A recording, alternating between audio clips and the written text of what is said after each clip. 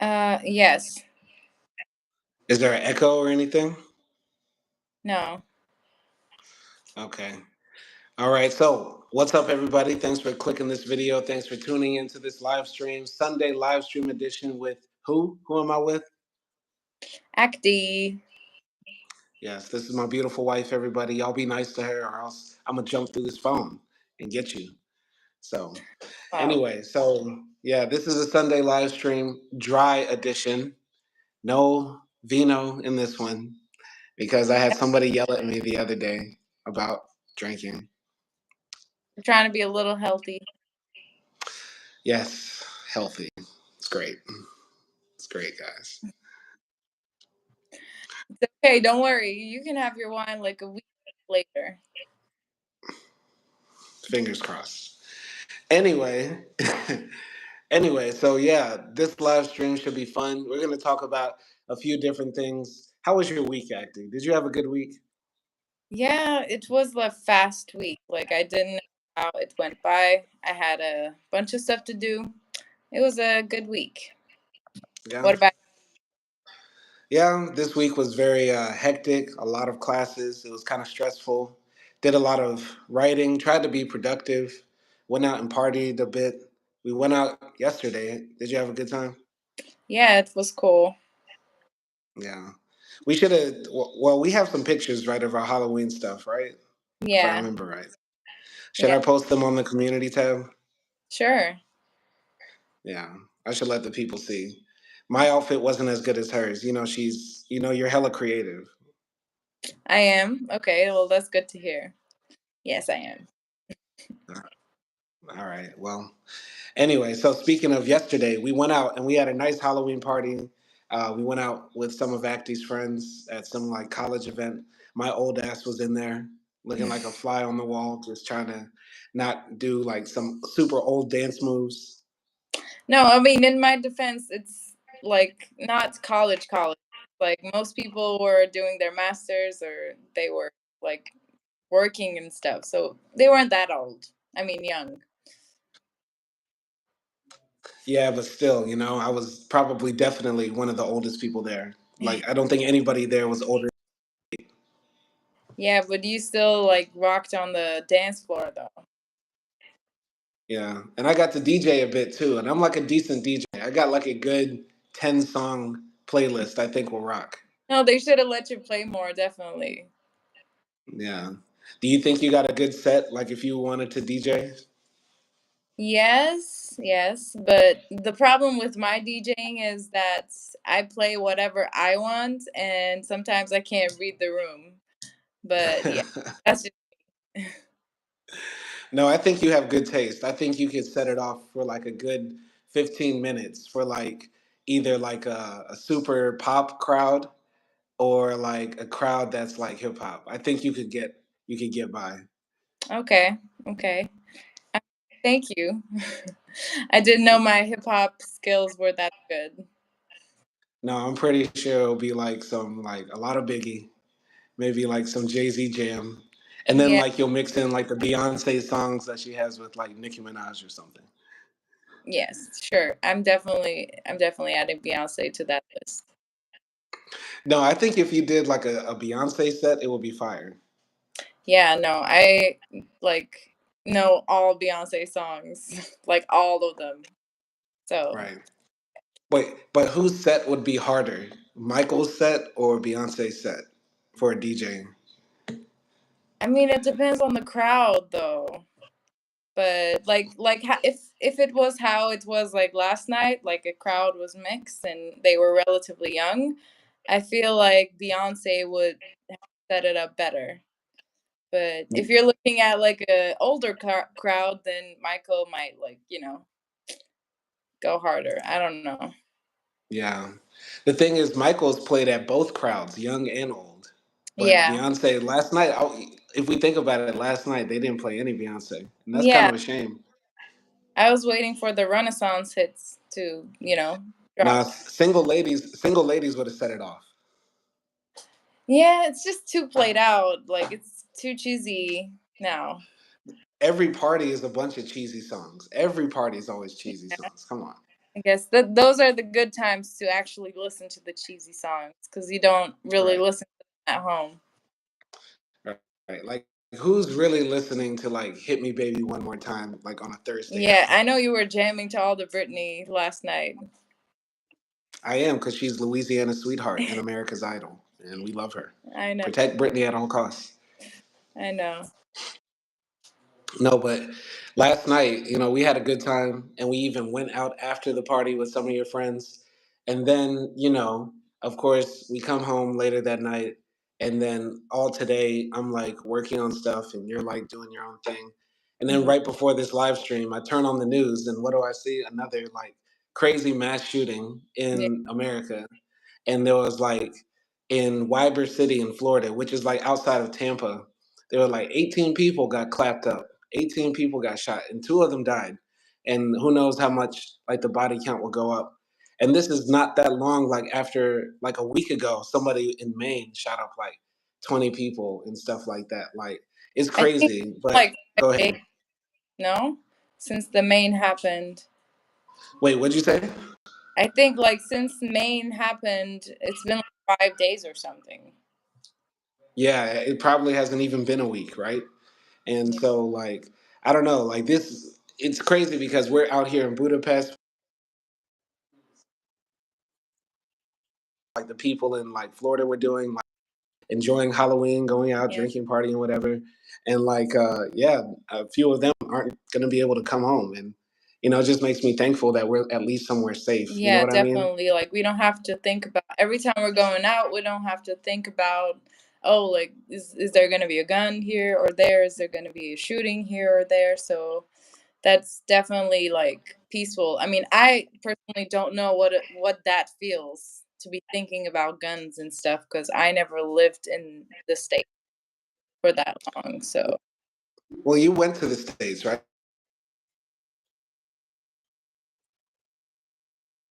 wait, you got cut off. No, you lived in the States for a bit. You were in California, Yeah, right? In NorCal, right? yeah, the my family was in Salem and then I went to like Portland and Santa Monica and San Francisco. But to be honest, like I never Right. saw a gun. Like I never saw a person with a gun. But I feel like that area is a bit less popular with the gun. I don't know. Tell me if I'm wrong. It was just like I a mean, lot they're of people smoking pot and just chilling. I don't know. I mean, that's the crazy thing about America. It's like you can be somewhere and not think that anything's gonna Yeah, happen. But like, I don't know, like every time something does happen, it's always somewhere some unexpected. Maine is literally like the safest state in the country. I've shown you videos of like in Florida where a whole beach got shot up, if you yeah, remember that. yeah. And like, yeah, I mean, California's had multiple mass shootings and stuff like that, but you never know. I mean, you might have been in Santa Monica chilling, but the person right next to you might have had it. You know what I mean? So, No, I went around like 2015. I don't know if those years were like mass shootings were that popular, but or prominent, now, not popular. now they've always had guns ever since 1915. It Yeah. doesn't matter if it's 2015 or whatever. So, but, but as a foreigner, like, or like, I don't know, from somebody outside of America, how do you feel like about when you hear about that news and like, what do you think about it? Like, what's your honest view about stuff like that? My honest view is I feel like the country is very hypocritical because they have all this like bloodshed that's happening inside the country every day for no reason. And but then they try to like go out and intervene in other countries and stuff like that so that there's no bloodshed. It's just like, very sounds like dumb and yeah, from like a as a foreigner, it sounds dangerous, sounds like horrifying to see and hear those type of news. Yeah, like I told you, like I'm kind of terrified to go to the States. Like I would probably still go, but yeah, like I wouldn't feel. as comfortable as, let's say, like Tanzania or the Balkans and whatnot. Right. And like we went all through Africa, and like even though we had some unpleasant experiences, did you ever feel like unsafe? No, no. Like I was like, I went outside in Africa during nighttime, in our neighborhoods and things like that. And we didn't like always stay at the crowded places. And I've never felt like that sort of fear. I never had that sort of fear. Yeah. Yeah. And it's crazy because like, you would expect like poor places to be more dangerous and like there's crime everywhere, but like how it is like there was that fight that we saw in Yeah. Marmaris, right? And this is on our channel Backpack Bandits, one of our episodes way back. And like we saw that fight in Marmaris and then those people started throwing shoes and hitting each other with wooden Yeah. sticks. It's children's mama style, like you just like use whatever you have. And even then, like there was, I think there was a guy who was bleeding or something, Yeah. but nothing like nothing too much happened. Like it wasn't like a lifelong injury or something like that. It was just like his teeth was bleeding or something. Yeah, he probably just got a good knock to the face and, Yeah. knocked out a tooth or something, like you said.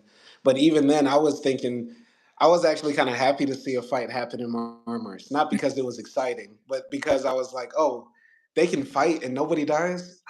That's amazing. You know what I mean? Because in like Louisiana, if there's a fight outside the club, definitely somebody's getting shot up. Like, you know what I mean? Like, that's plenty of Yeah. times, you know? Yeah, no, definitely. I mean, you got in like a couple of fights in Africa. I think like two times. And yeah, nothing happened to you. Yeah. Yeah, it's different, man. It's different. And so like before you met me, did you even like really pay attention to like some of the violence that was like happening on like my side of the world? No, like I only heard about like the big ones. Of course I've heard like about George Floyd and those cases or cases like that. Um but no, like I didn't know that it was something that happens every day. And yeah. Yeah.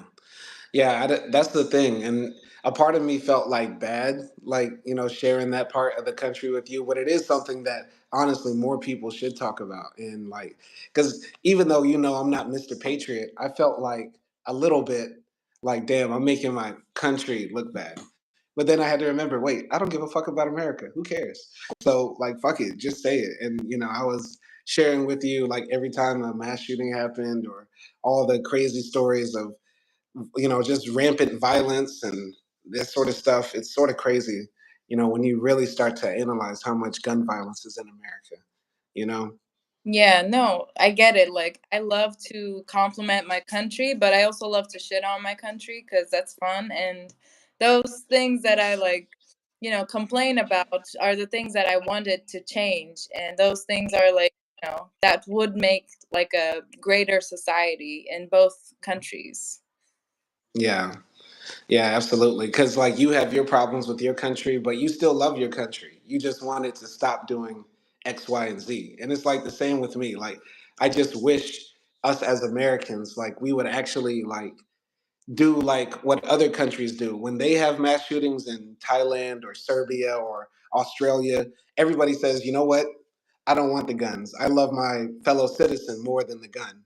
But in Yeah. America, it's like the opposite. A mass shooting happens, and people say, I need to get more guns before they take them away. And it's crazy. Like no matter how many kids get shot or schools get put into lockdown or how many people can't party without coming home in a body bag, it's always this constant thing. You know what I mean?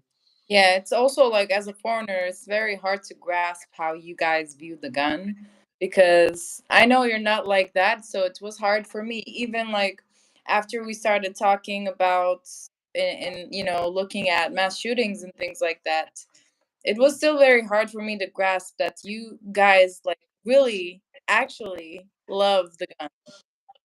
and I've seen it like being proven with from the like the videos that we watch, or like even some scenes from movies where a person pulls out a gun, and it's just like kind of mind blowing to me that that type of commitment to something that kills a lot of people and hurts a lot of families. Right. I mean, you remember reading my comment section. For a long time, you were my moderator. And every time I was posting my, videos about gun violence in America, what were the comments like? Yeah, people were like, "Oh, but I don't know. It's not the guns problem. It's the people's problem. Oh, what happens if a bad guy comes and the police is not there, and things like that?" And it was just like crazy. It's like talking to children and trying to explain like 2 + 2 = 4, but they're saying like no, 2 + 2 = 1. Right. Yeah, no, you saw my comment section and how crazy the people were, like writing. Yeah, and the comment section of every YouTube video is always dumb. But Yeah, if you really start talking about guns with America, you see the stupidest, craziest arguments come out. And it's like, you know, um, people might think I'm foolish for saying like, "Yo, we should get rid of them," and people just say, "Oh, it's so hard. It's too hard to get rid of them." You get what I'm saying? And I'm yeah, like, yeah, it does. It's like nothing should be so hard that it just leads to the deaths of more and more citizens. You know what I mean? Like, yeah. do you think if Turkey had this problem, like if there were schools getting shot up every year in Turkey, like, do you think your government would just keep on letting citizens buy guns and stuff like? How do you think Turkey would react if this was I happening? mean, honestly, I can't imagine Turkey being in that situation because we never were. But if I'm trying to think of an example, for example, like we had like free alcohol use for many years, but now recently they're trying to put a limit on that. Not selling it after certain hours, and stuff that would keep people out, increasing the price. And that's kind of working, and that could be done in America as well. But yeah, I don't know. I think it wouldn't be the same in Turkey. I think I don't want to say like, yeah, people are better in Turkey and like that, but I think it's because of different like values and different culture. It's harder for people to like sacrifice things like that just to keep a gun. Right, right. Yeah, absolutely. I think, maybe there's just a difference in culture and like how you view it. Because maybe Turks don't see the gun as like central to their identity. Like, Exactly. like I think Turkish men feel masculine just by being a man because they're born in so much patriarchy, But in Yeah, America, we don't have that much patriarchy anymore. So men have to feel like they have some masculinity by grabbing a big metal long thing that's hard and shoots stuff really far. You get what I'm saying? yeah, So like because even with the gun laws that we have now, there are still like homicides and gun deaths and things like that. So it would be crazy to think if like it was allowed everywhere. Even with like baseball bats and knives, people do like horrible things in Turkey. So yeah, I mean that nobody's saying like, oh, if we got rid of the guns, all murder would stop or all suicides would stop. No, that's dumb. People would still do horrible things like kill their husbands or shoot or stab somebody. You know what I mean? Like that stuff would still happen, but it wouldn't be to that level like how we see in the U.S. with 18 people at a Halloween party getting clapped up. You know? exactly, like if you have accessibility to something like that, then people are gonna go for it. Even like even people who don't think about like shooting somebody, and they're still gonna go for it because they think it's for protection. And then you have something happening that triggers you, and you're a killer, or you just got shot at a party or something. Yeah. You can't really trust normal average people like that with a weapon like that. Yeah.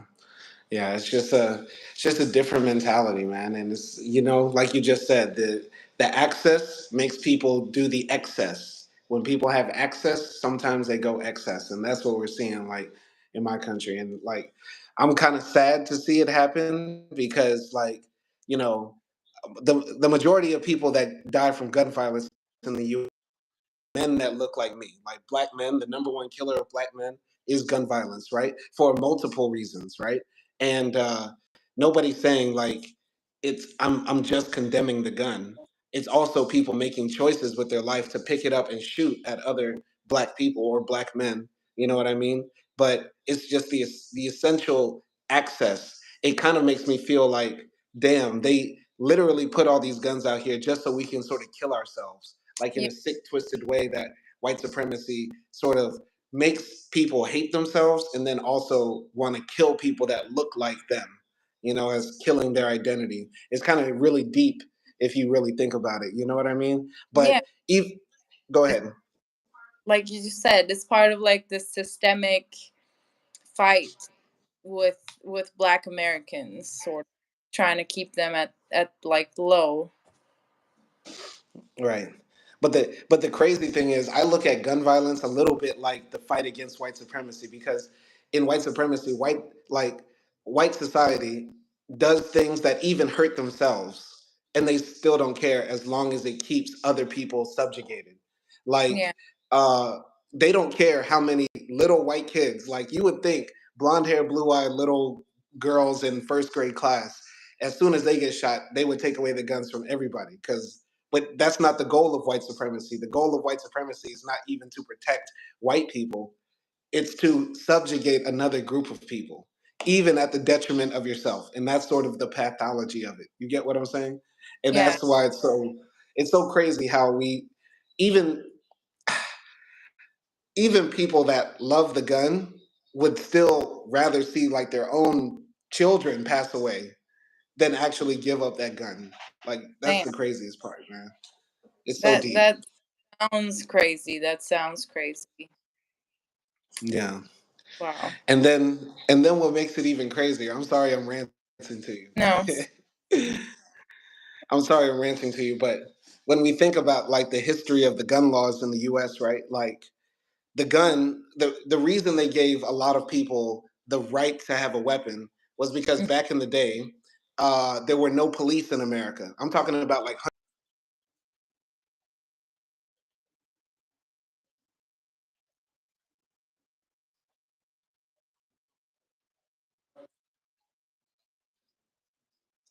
arrest people, put them in jail or whatever.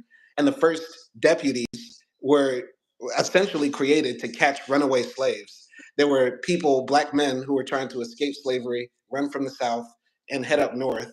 And you, by the way, you're running all through Virginia and Kentucky, whatever, trying to get to Canada, right? God. And then, so like what they did is that all the white men in this town are now deputized. And so here's your guns. And so then they would be the police to try to catch these black men who are like running away for freedom, right? And so historically, access to guns is tied to our oppression. Mm. And for a long time, black men could not own guns even after slavery. They made it very hard, like voting, right? Mm-hmm. And then now today, there's so many black men who are obsessed with the gun. And it's sort of like a very symbol of like how, you know, the pathology of our own hatred, the hatred that exists within ourselves, Yeah. forces us to love things that oppress ourselves. Do you get what I'm saying? Like reverse psychology. Like, you give these like other people, white Americans, bunch of guns and also laws that allow them to have guns, and you're deprived of that as Black Americans. And once you have the freedom to get it, then it creates this sort of like a forbidden apple effect on Black Americans. And I get like why they would be such a fan of the gun, but they have to open their eyes and see like what it's actually doing to everyone, not even Right. like specifically in in the Black American community, but also like everywhere in America. Right. It's exactly, man. It's like the black men tell ourselves we're going to use the gun to finally protect our community, to protect us who originally oppressed us. And then we get a bunch of guns, and what do we end up doing? We end up killing each other. We end up not using. This might get me demonetized and destroyed, but Don't we say end up not using it. We end up not using it on the police that shoot us in the back, or the army that comes and bombs our towns. Like, we end up using these guns on ourselves, or just posting with them on Instagram or on Facebook and stuff like that, instead of actually putting in the work. If we are really about it to get our freedom, you get what I'm saying? Do you follow what I'm saying? I'm saying it without saying it, but you get what I'm saying, right? yeah, yeah, yeah. I mean, of course, you don't want to give out that message, like,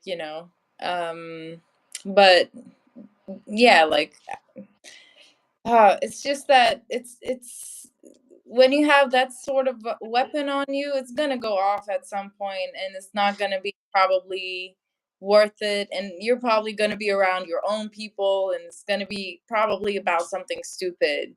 And even maybe like in their heads, they are thinking like, oh, okay, like I'm not.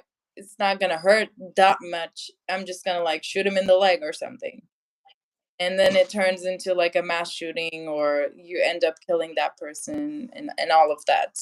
And it also like increases the incarceration rates of like, all those people, all the It, of the Black Americans. And now once again they're like the scapegoat, because now they're saying like, oh, it's the Black people who have the most guns, and they're the most violent ones, because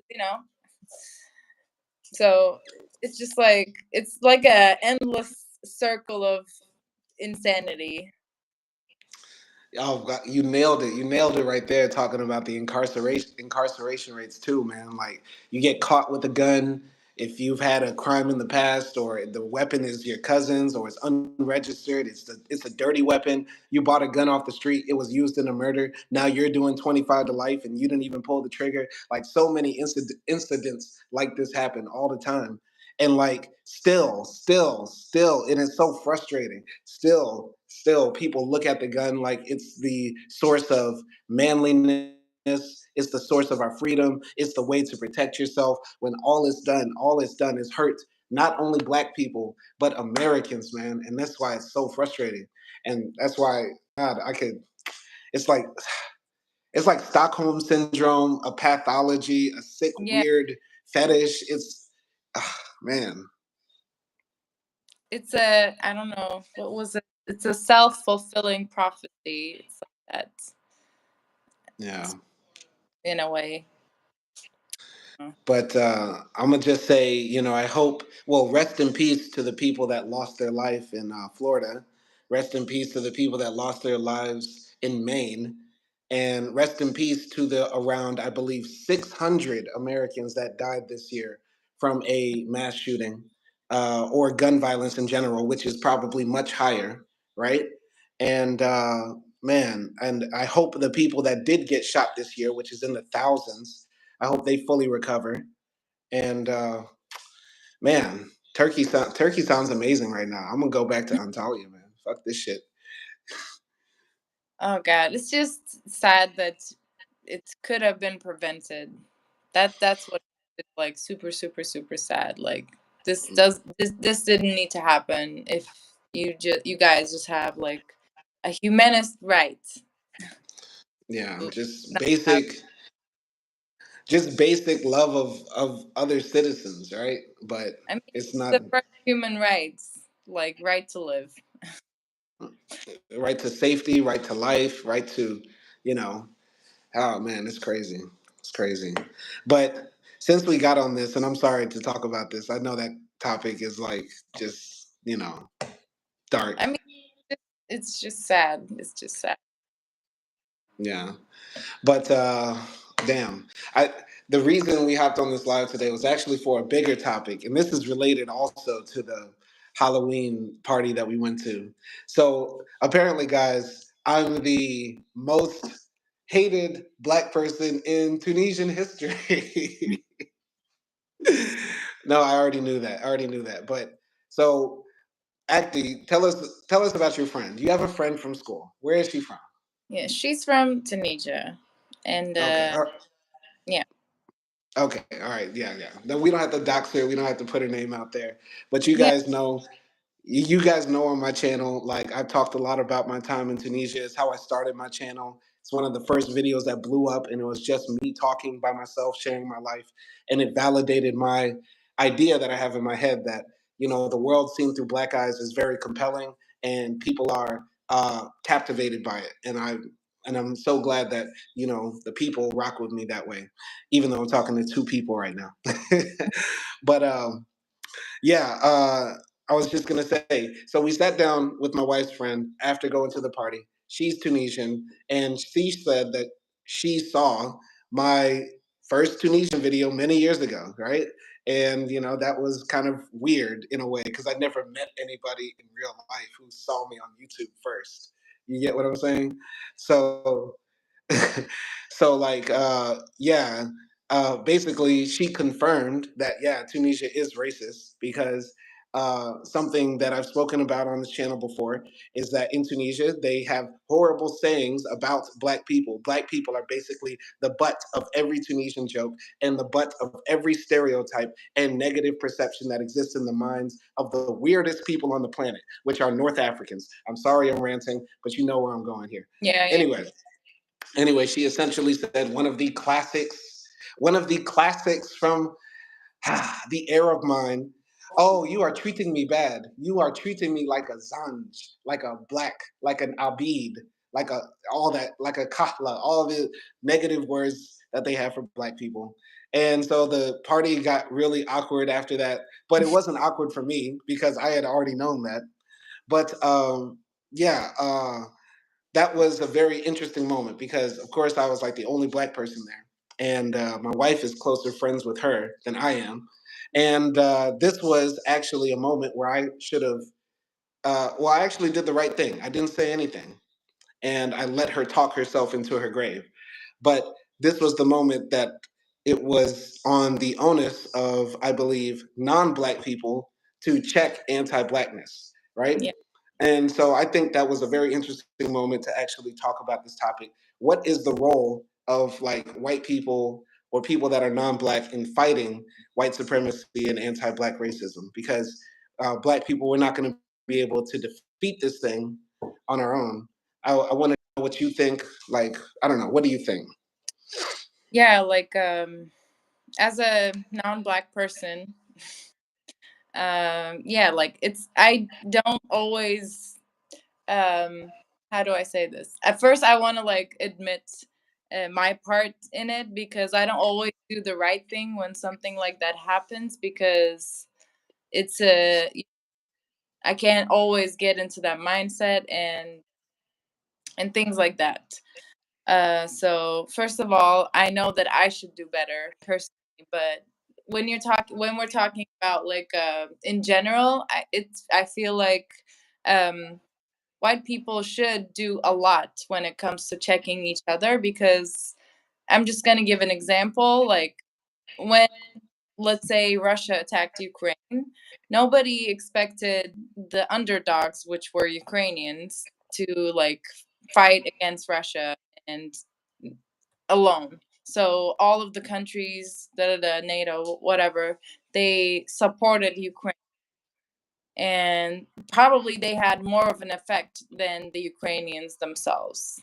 So it's like the same thing. Like when someone who's a obvious stereotype or an underdog, or who's like being ostracized by the society, and this is a worldwide thing. It's important for other stronger, not stronger but stronger social status people to like stand up, and it does make a greater effect in the overall thing, because the first of all, like, they won't be replying you with all the excuses that they would to a black person. They wouldn't be saying, oh, you're just being sensitive. They wouldn't be saying like oh, but I'm always objected to racism too, and things like that. And so you can check it much better than a black person, and you wouldn't be you know, you wouldn't be criticized for checking it at the same time, because you would be like, hey, I look just like you, but I can acknowledge that what you said was wrong. Yeah, no, yeah, absolutely. Like, you know, when people are being anti-black racist and they themselves are non-black, and then a black person checks them on it, they automatically have their mind closed because they say, "Oh, this person is automatically biased," or "This person too emotional about the topic to talk to address it," right? Hmm. And instead, or even worse, in their head they might be thinking, oh, a black person is not intelligent enough to actually talk to me about this issue, so they'll automatically dismiss it for multiple reasons, right? Yeah. But if a person that looks like them, or a person who identifies with them in some way or is non-black checks them on it, they will consider that maybe a bit more, right? Not all the time, but a lot of the times. Yeah. A lot of the times, unfortunately. And that's for multiple reasons, right? Because number one, like, most people only have interactions with people that look like them or come from their same culture or background most of the time. They don't really have friends that are different than them or speak different languages or come from different parts of the world. You know what I mean? So, like, what Acti and I have in our relationship is rare. You know, there are not that many couples like us in the world. You know what I mean? You might think there's a lot, but actually, most people sort of stick to their own kind, whatever, and have friends that are like them, you know? And there's nothing wrong with that inherently, I would say. But when you have people from your background and culture checking you on something, it means a lot more, you know? Like Yeah. if, yeah, and I just think that that's something that I think a lot of, non-black people can do if they really want to, help fight anti-blackness and white supremacy. Hmm. And like, also in doing so, please don't, like, I would say, like, do not compare yourselves with black people. Like, don't be, if you're off white and things like that, don't be like, oh, I understand how that feels, because da da da, and you probably don't. It's good that you are trying to, but you should also keep in your mind that, you know, you're not defending a child, you're not, you probably won't hurt the other person's feelings. And that's the thing that I struggle with the most, because I'm thinking like, oh, I'm gonna hurt their feelings if I check them. And, you know, I probably won't. And even if I do, it's probably okay, because, they might hurt your feelings, or, another black person's feelings. So, yeah, it's like a constant battle that you should like try to be better. And I'm not saying it in a way like a battle like it's hard or anything, but it's like one of those things that we can very easily do, but we don't. Mm, I feel like as non-black people, we should normalize that, because it's just a matter of a sentence to check another person. And yeah. And it goes a long way. I did a class a few days ago, and maybe you already know this because you're smarter than me in psychology. But they said I was teaching a class about learned behavior, and basically, children learn more by what they get punished by and what they see other people punished by, rather than what they see other people get rewarded for. We will do something on we are less likely to not do something if we see people punished for it rather than rewarded for doing something, right? And yeah, so, like, censuring somebody, checking them on something, especially, in public or in private, and you look like that person or come from that background, and you're speaking up for people that are not like you, that goes a longer way, a very long way. But it's funny you brought up the comparing the struggles or the problems, right? Because whenever black people start talking about racism, apparently every white person in the world was once a slave. Apparently, that's where it always goes. It always goes there, and it makes me feel like if my wife told me, "Oh, I have a heavy period," or my pain is so bad, and I told her my balls itch, I feel you, girl. My ball's really itchy right now. That would be so like. I think she would slap me if I said that. I might if I'm on my period, I might. But yeah, like just because you have certain features other than your skin tone, that's I'm gonna say, like, I'm not even gonna say it could make you, uh, face discrimination. I think that's the words that you should use, even if you are discriminated. But let's be honest, most of the time, like, most Arabs that I met here in Hungary, for example, they all look white. And just because they have, darker hair, it doesn't mean that people are going to assume they're Arabs. Nobody like assumes that. Normal people don't assume that, and I feel like that's a bit of a victimization in their side. And I'm not only talking about Arabs, like most people do it. When we went to Albania and you did all of those videos about racism, Albanians came out and said, "Hey, we are always like, racism is always happening to us. Like, who knows you're Albanian if you don't tell them so." Yeah, it's not only like for Arabs and things like that. And but also, like, to be honest, um those people should be like the ones to defend and check racist people the most, because they are accustomed to black people more. They know their struggles more from their own countries and communities, because y'all are in Africa. You're literally like, living with Africans who look black. So and you are Africans too. You're supposed to be identifying as like one continent. And same with like Americans and British people also. You live in this country together, and you've been living together for a very long time. So yeah, I think I'll even take it a you step. play like a important role. I'll even take it a step further. Aren't, aren't there like a lot of dark skinned Turkish people? Yeah, but it's not like you can tell a lot of the difference. Right, you're right. But when I was in Turkey, I did see a lot of people who are like really tan, right, Yeah. at different places in society, right. But when you meet Turkish people outside of Turkey, who are in Europe, what do they tend to all look like?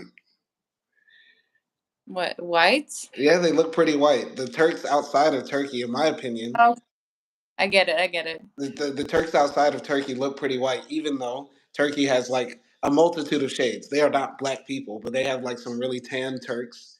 And it's Hmm. the same in the Arab countries too. Like in the Arab countries, they have people of multiple shades, right? Some even really black people, right?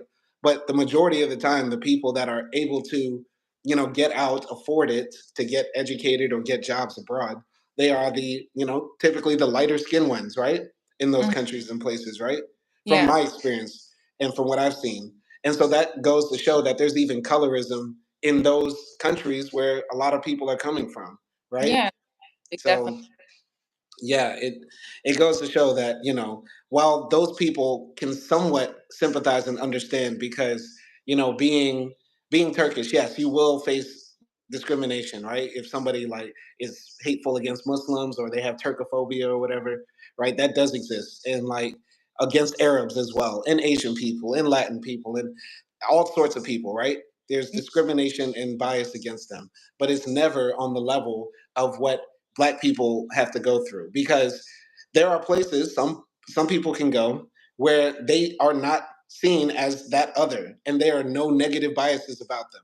But the majority of the time, in every country on the planet, there is a negative stereotype about black people. There's some slur about black people. They learn the same negative things from media that have now passed around the world, all across the world. If you get called nigger in China and in Mexico and in Argentina and in Germany and in France, then there's something wrong there. Do you get what I'm saying? And that's why it's not the same, because the whole world is united in hating on us. Meanwhile, there's only a few people that really dislike Turks. And there's only a few people that really dislike Arabs. It's not in comparison, because you guys even hate on black people too. So, you know, I'm just saying all that. But do you want to jump in? No, I mean, you're right. Like, if I go to Mexico and I say, "Hey, I'm from Turkey," nobody's gonna even probably know about Turkey that much, except that it exists. They gonna And say "que"? like, so yeah, like, every country talks shit about another country, and that's a fact. They have like sayings about some things, like, and it has a historical context. Like, for example, in Germany, they probably have like a slur about Turkish people because a bunch of us went there and worked there and things like that. But like you said, for Black people, it's global. And also, like you said before, even in Africa, like, we could see white supremacy and feel white supremacy. And even there, it was like just disturbing. And yeah, like, we should keep that in mind, because I always feel like helpless when you say this, but like, sometimes you say like, I have nowhere to like escape. No, I do honestly feel that way because like there is honestly no place you can go. And that's the crazy, that's the most sci-fi part about the black Yeah, experience, which makes me feel like I'm living in a simulation sometimes. yeah, Sometimes I feel like I'm in some sort of sick computer game, and this can't be real. Because if you really sit back and think about it deeply, there's no place that a black man can exist on this planet and be truly happy, peaceful, and free of negative bias or stereotypes against him. You get what I'm saying? And that's the trippiest part about it. Like if you really think about it. And so I don't there's nothing else to add on to that. There's that, no that's why I feel so helpless and hopeless when you say that. But of right. course, like, I still have hope, and I'm thinking you also still have hope. But yeah, white people and off-whites, we gotta work, we gotta put in the effort. And it's not even work. Like, like, I'm gonna say it again, it's just a couple of words that can create a lot of influence. Right. Let's go through some of the well, let's first talk about what white supremacy is. Like, I don't know, like I've explained it a lot and I'm not going to put you on the spot to make you explain it cuz I don't want to, make you feel awkward or weird or anything. But like, white supremacy is a global system around the world where people are, view whiteness as the excellence, as the pinnacle of excellence, as what is ideal, as the beauty standard. White supremacy is the truth that the majority of the world's nuclear weapons that could end all life in existence are in the hands of a few, rich, powerful white men that sit in offices with their finger on the button, possibly. White supremacy is the financial system that is mostly controlled in the hands of a few very wealthy white countries in general. And white supremacy is this uh, desire to constantly want to be next to and in proximity to something other than yourself.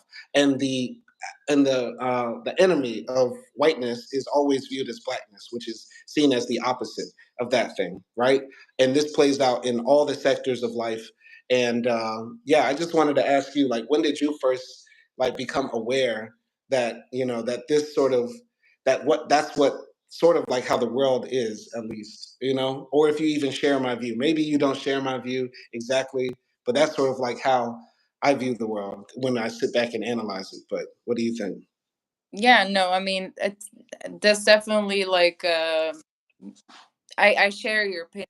Like, that's definitely something that's very prominent power in the world, and it basically like rules all the stuff from politics to economics to our daily lives, and even the languages that we speak.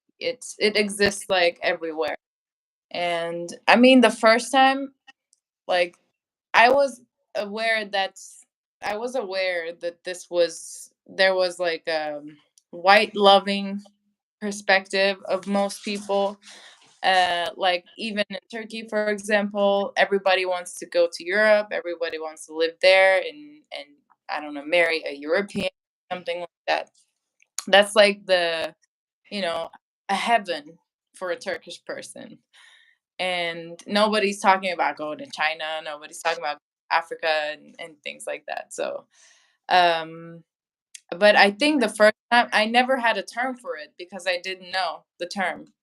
And first time I was able to put that context in a word, it was with you.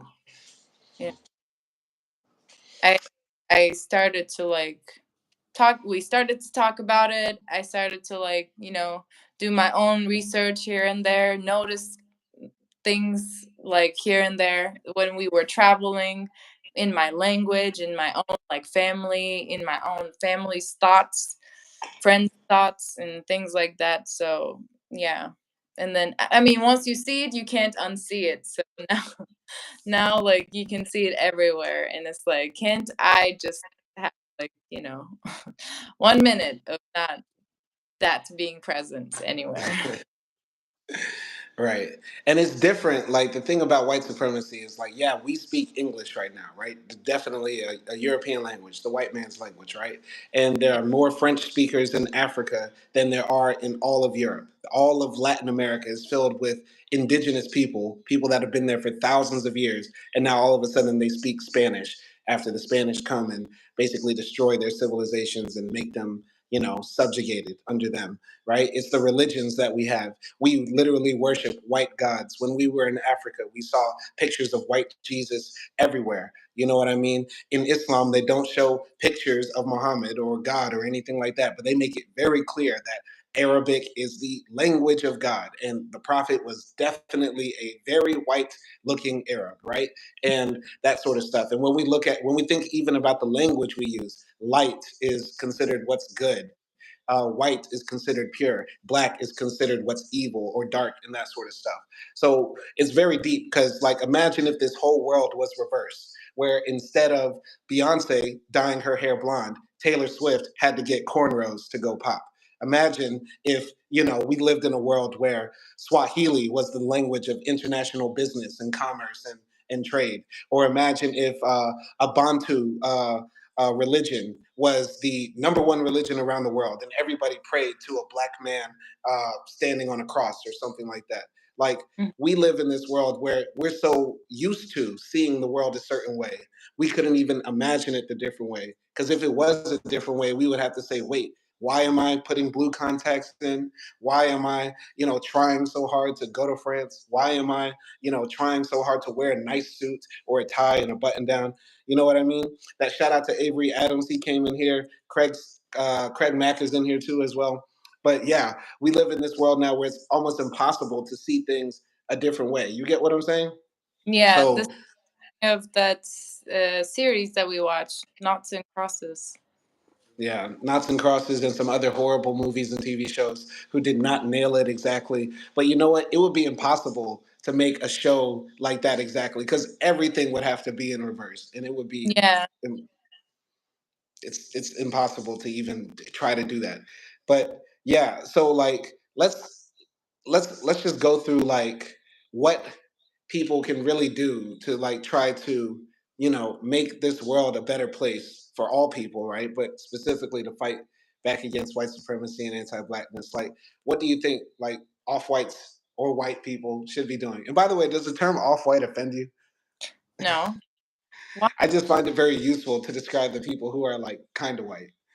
Yeah.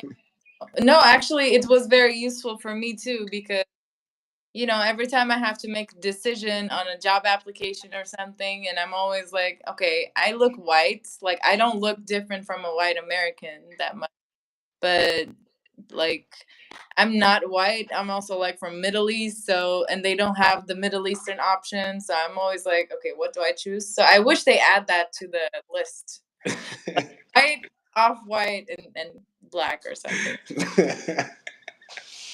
It's a Because very useful term. it's like you can't add all of them. You have like Latinos, you have Middle East, you have Arabs, you have Asians and things like that. So put them Yeah, all in category. yeah, yeah.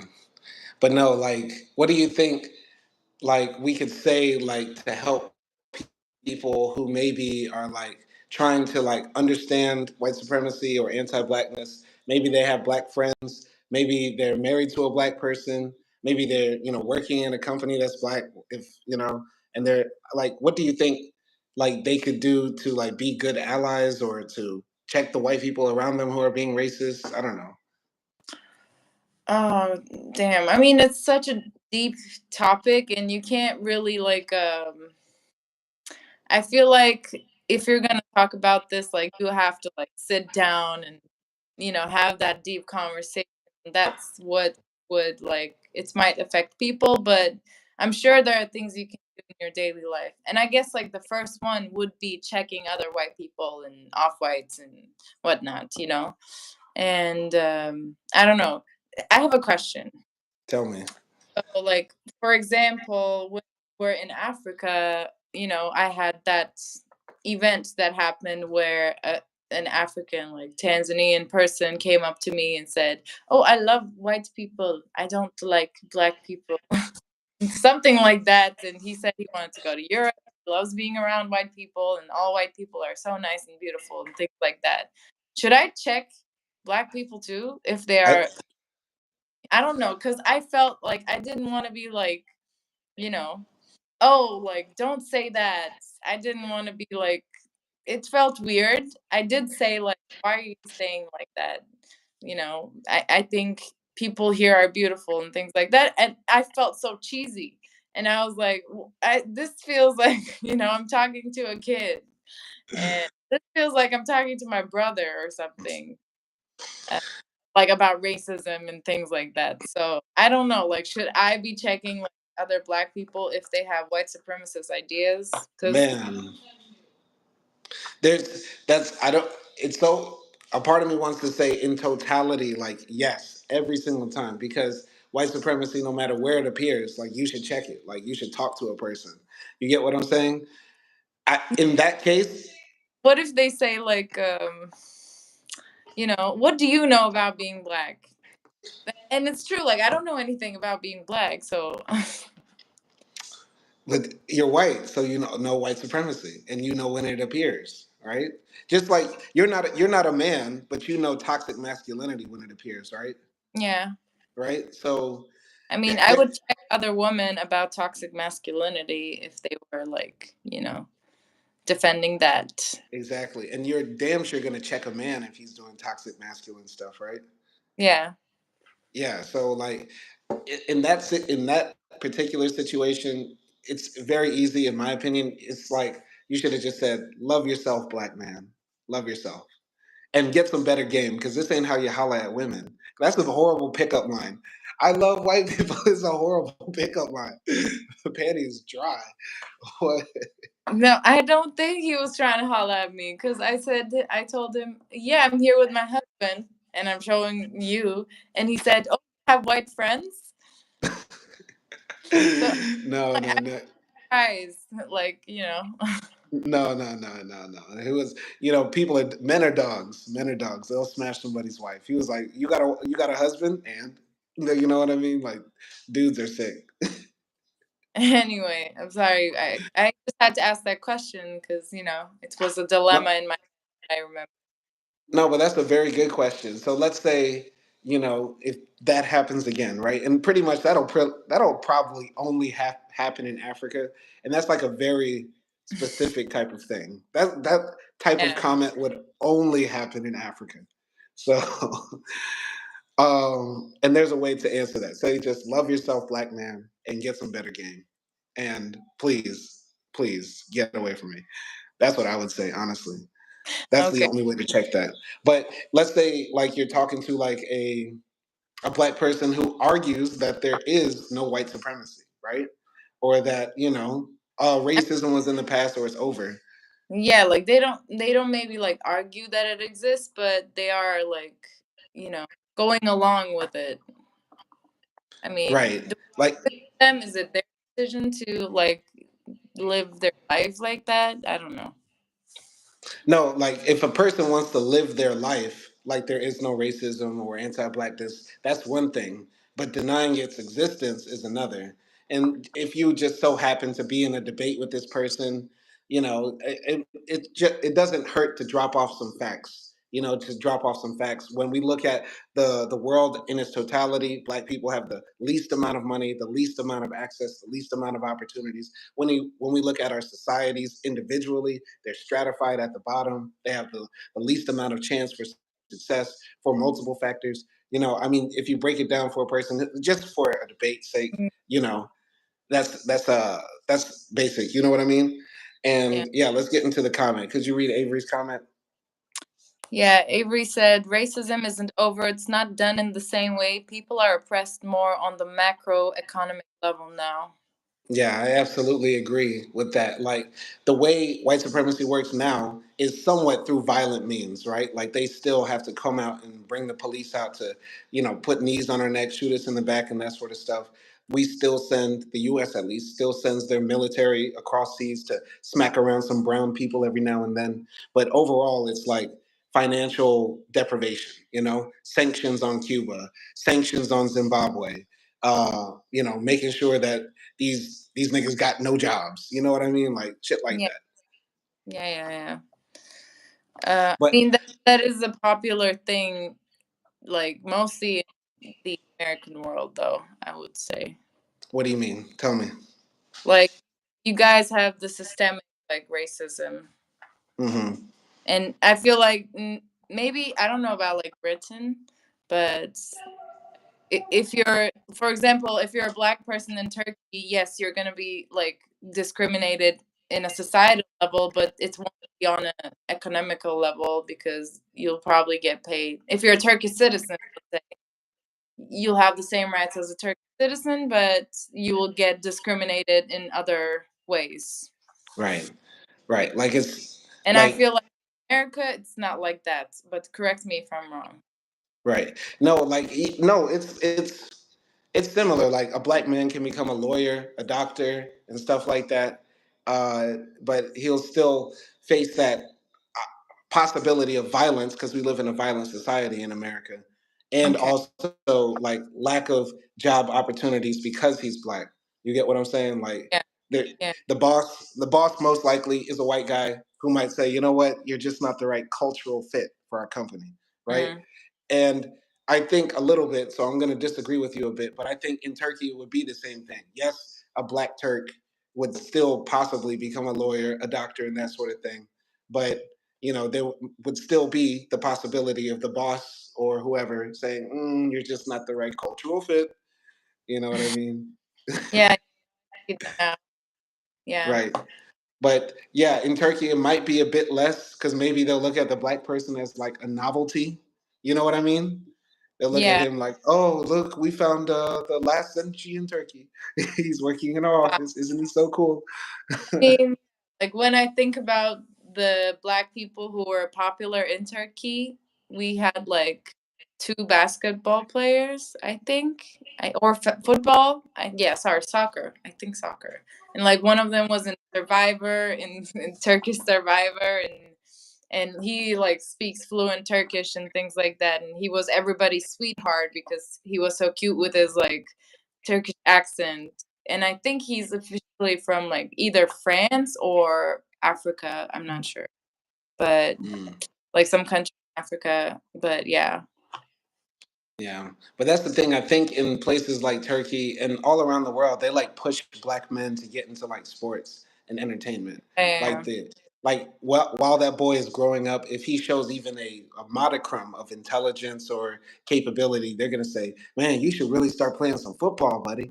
Or as soon as he starts getting big, oh, maybe you should play basketball or something. You know? yeah, yeah, definitely. Avery said, "Entertainment and arts are the industry we colored people have always led in. It's always was the path of least resistance. We can lead in tech and health, but more people have to believe they can do it." And Craig Mack said, "What up, y'all?"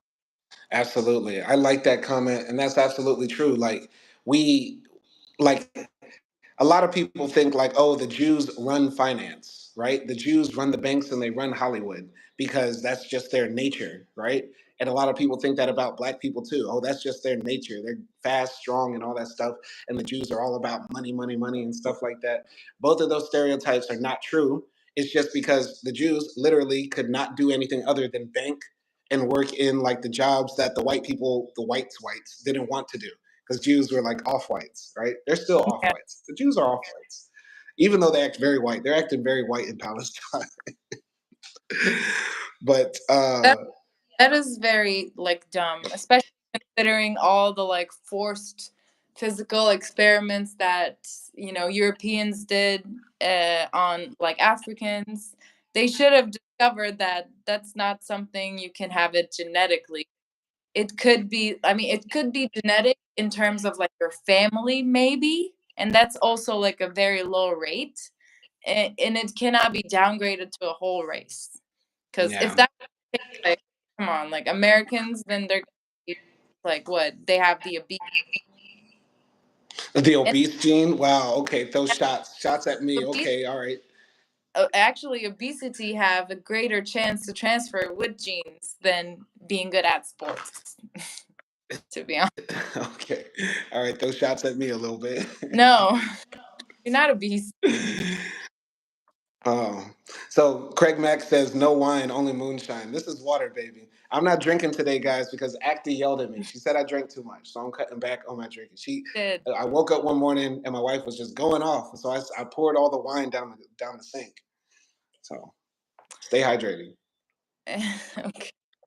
Avery said, I think that balls in our court, maybe 80% of it, and 20 is on whites. We have opportunity to change people's perspective and change our communities where we cannot be denied. I'm gonna disagree with that. Mm. I understand where he's coming from because on one hand, yes, we as a people, just like every other group of people, have shit that we got to deal with, right? In Turkey, Yeah. y'all got stuff y'all are dealing with, and nobody should comment on that except Turkish people. And it's the same with us, right? And we should work on our stuff in our community. We should put our money together. We should protect each other. We shouldn't be shooting each other. We shouldn't be selling drugs to each other. We shouldn't be worshiping white Jesus on Sunday. There's a lot of stuff black people need to work on, right? But what we notice, at least in my opinion, time after time, no matter how well we dress, how educated we are, what we do in our society, how much we give to our country, we still get the knee on our neck and a bullet in our back. You get what I'm saying? So a part of me is like, we need the whites got to take care of their community because they're the ones fucking with us. We've been telling them since the moment we met them, hey, can y'all chill? And they don't want to chill. So the whites got to tell the whites to chill because they're hurting themselves by fucking with us because we're not a violent people. We don't want to run up in the government with guns and really get to work and stuff like that. We don't want to do any of that really. So, oh man, that's how I honestly feel. But I don't know. What do you think? Yeah, like of course I think like you said, black communities should do like certain things to uplift themselves and also like I don't want to say like prove themselves, but I guess like represent themselves the way that they feel like they should be represented. Um and and educate the new generation and all things like that. But like you said, um it's very hard in a society where the society is constantly like working against you. So at certain point, like you can't really do you can do like to a certain point. That's what I meant. Like, you can only to a certain point do riots, do educations, do all sorts of pro black activity. But if you don't have that reciprocity, Reciprocity. reciprocity from the other side, which are white case, you can't work it alone. And I Right. think it should be something like 60% white people, 40% black people effort. And also, once again, like it's easier for white people to make black people scapegoats and point a finger at them. So even like when you, let's say, after like George Floyd, all of that stuff like went out and people went out to the street and they started rioting and things like that. uh, Once again, like some people were doing, oh, they're violent and all of that stuff. So it's easier for the black community to be scapegoats, where if we check each other and if we say like, please stop and please chill, let's just calm down, they won't have that power. Absolutely. Absolutely. And honestly, like now that I think about my comment more, I'm a bit ashamed about what I said just a few, moments ago before you was talking because honestly, we haven't really done anything wrong to deserve like what we're going through. because we're normal people too. And within any group of people, you're going to have bad people and good people and everything in between, right?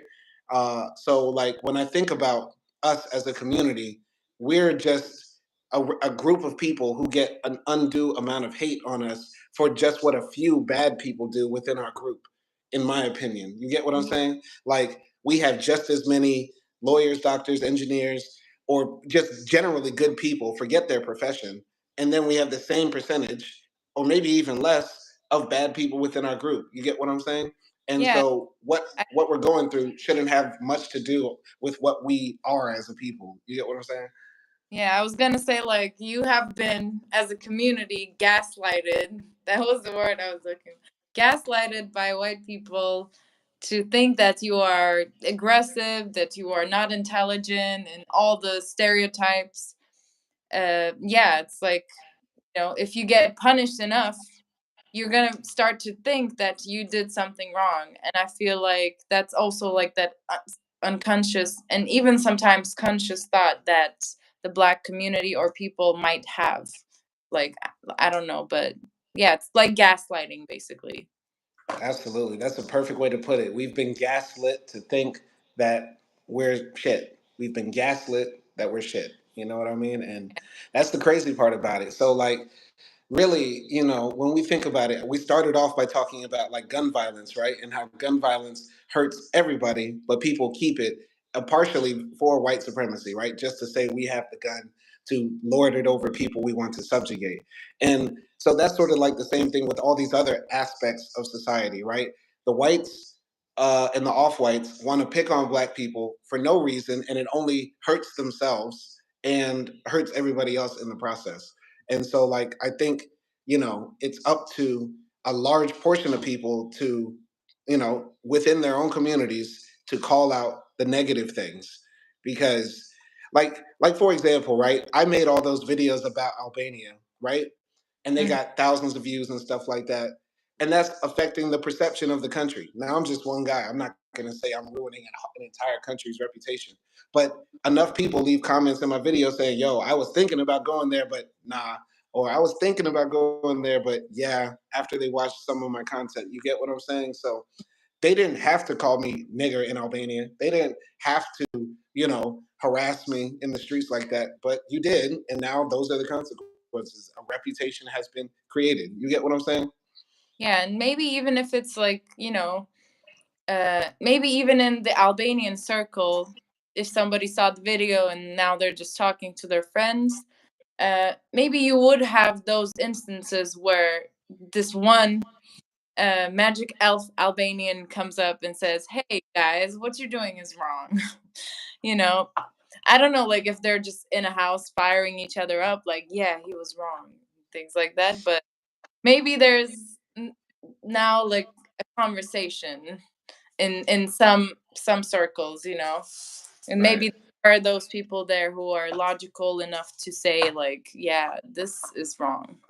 Yeah. So But Black people do have influences, but I think what Black people are the most responsible for is giving us, whites and off-whites, uh, like what it is like to be you, right. so that we can understand, so that we can emphasize, because it's been so many years of not emphasizing with you.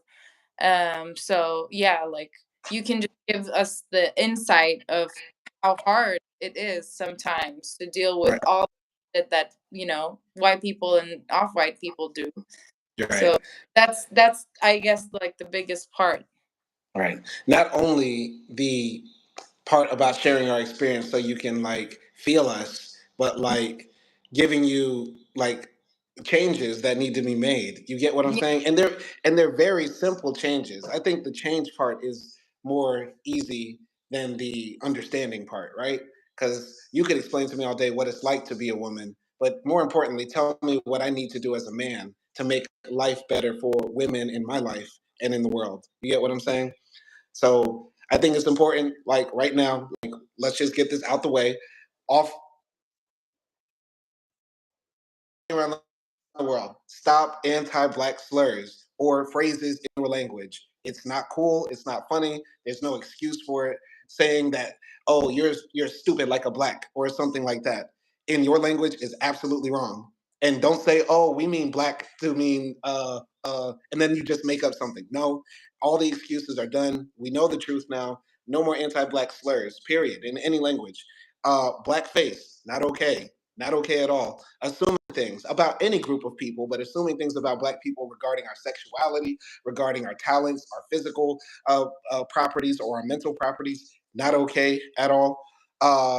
Yeah, treating us with the dignity that our background deserves. So if a black man comes in with a degree or with no degree or has some work experience, not discounting them just because they are black and that sort of stuff. Yeah, viewing us as humans first and foremost. When we see the blatant double standards in the world, you let Ukrainians live in your home in the UK. Meanwhile, you let Africans die in the Mediterranean and the English Channel. Stop that. Stop the double standards. It's either everybody's in a UK home or nobody. You get what Yeah, I'm saying? yeah, Uh, definitely. st- And also, like, as a off-white person who's trying to do all those things, or did those things that you said, it doesn't like have any negative effects. It's it, it's it's it doesn't take anything from your personality, it doesn't take anything from your day. You don't really have to use the word. You're not gonna die if you don't use the word or anything like that. If it does one thing, it's gonna make you feel like a better human being right, right. because everyone equally.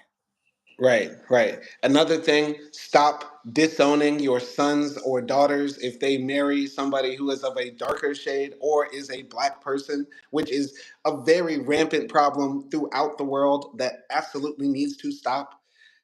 Stop worshiping whiteness first and foremost, because it's okay to have a preference.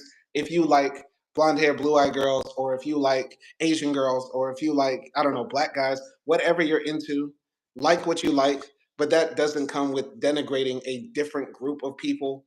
It's like so easy. These are just very basic simple things. You get what I'm saying? But Yeah, yeah, even admitting that those things exist is the hard part, and people won't admit they exist, so then we can't change them. I don't know. yeah. I mean, of course, you can have preferences and things like that, or you might have ideals for your son or your daughter and things like that. But when you have those thoughts, like you said, it's the hardest thing to admit. Please, like, go back and look at why you think that way. What is the reason that you are so keen on blonde hair, blue eyed girls? It could be a preference, and that's perfectly fine, but it could have another effect. Because don't say no until you see all the Niash all around Tanzania and Kenya, for example. Absolutely. So, like, For anybody, because the thing is, unfortunately, black is considered ugly in a lot of places around the world, and the black woman is the most disrespected and considered the least attractive type of woman around the world in general. Now people yeah, will say, oh no, I love Beyonce, I think Doja Cat's so pretty. Stop it, that doesn't, no, stop it. Don't say you don't like black women until you go to Kenya, until you go to Tanzania, until until you see the niash. yeah. But of course, like, I don't want to, like, we shouldn't fetishize that either. See, like, each topic that we touch, there's like a freaking problem. No, it can be problematic, but no, people, you know, how do I say this? That black women are beautiful, and the thing is, we saw beautiful girls in Kenya and Tanzania in general, and I'm not just sexualizing their niash, which means ass for anybody who doesn't know, right? But they were pretty in the face. They were, all different types, all different shades. Whatever you're looking for, you could find in Africa, right? Now, how do we say this? There's When we speak about this, we're not sexualizing them, but we are reaffirming the beauty of blackness, because it's sort of like how we say Black Lives Matter, and that doesn't mean that white lives don't matter. That's not what that phrase means. But when we live in a world where black life is treated like it doesn't matter, we have to say that. So when we say black is beautiful, black women are beautiful, we are reaffirming something that most of the world denies. And so that's why, I can see how it can be problematic, but what you said wasn't problematic, and I don't view it that way. Do you get what I'm saying?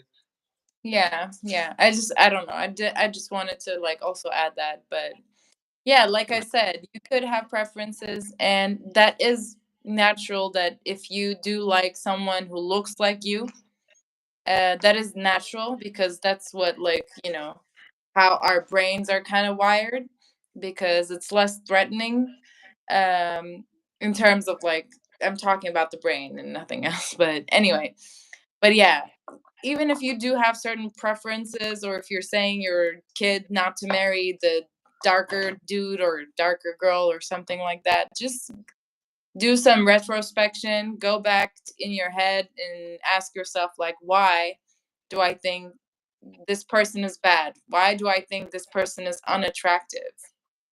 And just try to check yourself as well. Right. No, absolutely. That's very important for people to do because I'm pretty sure 9 times out of 10, once a person really analyzes why they dislike dark skin, it probably has nothing to do with a preference. It goes back to their mama saying that, hey, stop playing in the sun before you turn black. Or, hey, you need to find somebody with some straight hair. Or, in Spanish, in a lot of Latin American countries, they have a phrase called Le mejor la raza. Le mejor la raza. My Spanish is bad. Do you know what that phrase means? No. It means better the race. And to better the race is to marry somebody who is lighter than you. And this Mm. is a phrase that's spoken from Dominican Republic to Chile. And I know it's true because I asked Otman. And I met plenty of Dominicans in Miami. And I know Mexicans as well, and all of them. This is a common phrase. If you speak to somebody who speaks Spanish and they're from one of those Latin American countries, this is their mentality. We have to better the race by lightening the race. And so um, this sentiment exists in so many parts of the world, and that needs to be killed because number one, you're hurting yourself because you might miss out on the love of your life who just so happens to be a bit darker than you or a bit lighter than you or whatever. You get what I'm saying? Like people shouldn't Yeah, be so concerned about skin color. It's about character, right? But it's never about character. Yeah. exactly. Let's see what Avery said. All Did right.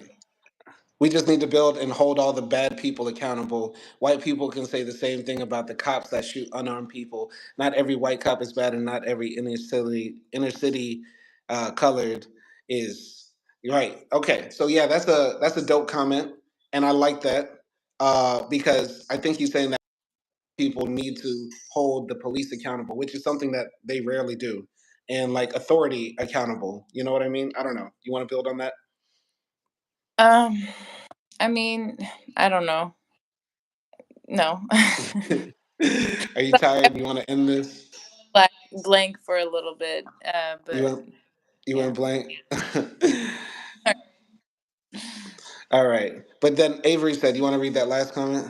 Yeah, I think that everyone is beautiful, but I think since black people in black, I don't know what that word Black is. cock, black dick, Oh, BBC. okay, yeah. Okay. Black dick is on everyone's mind. It makes the ugly black women and men the main topic. They want to us since deep down they love us. They want to be us since deep down they love us. Okay. Yeah, no, that's real. And a new person jumped into the chat, Nathan Williams. He said, "Yo, what's up?" Shout out to Nathan Williams. Never seen you before, but thanks for joining us. But yeah, that's a very dope top. That's a very a dope comment. You want to jump on that comment first? I mean, if you think about it, there are more ugly people in non-black communities, because in terms of numbers, that they are more non-black people around the world.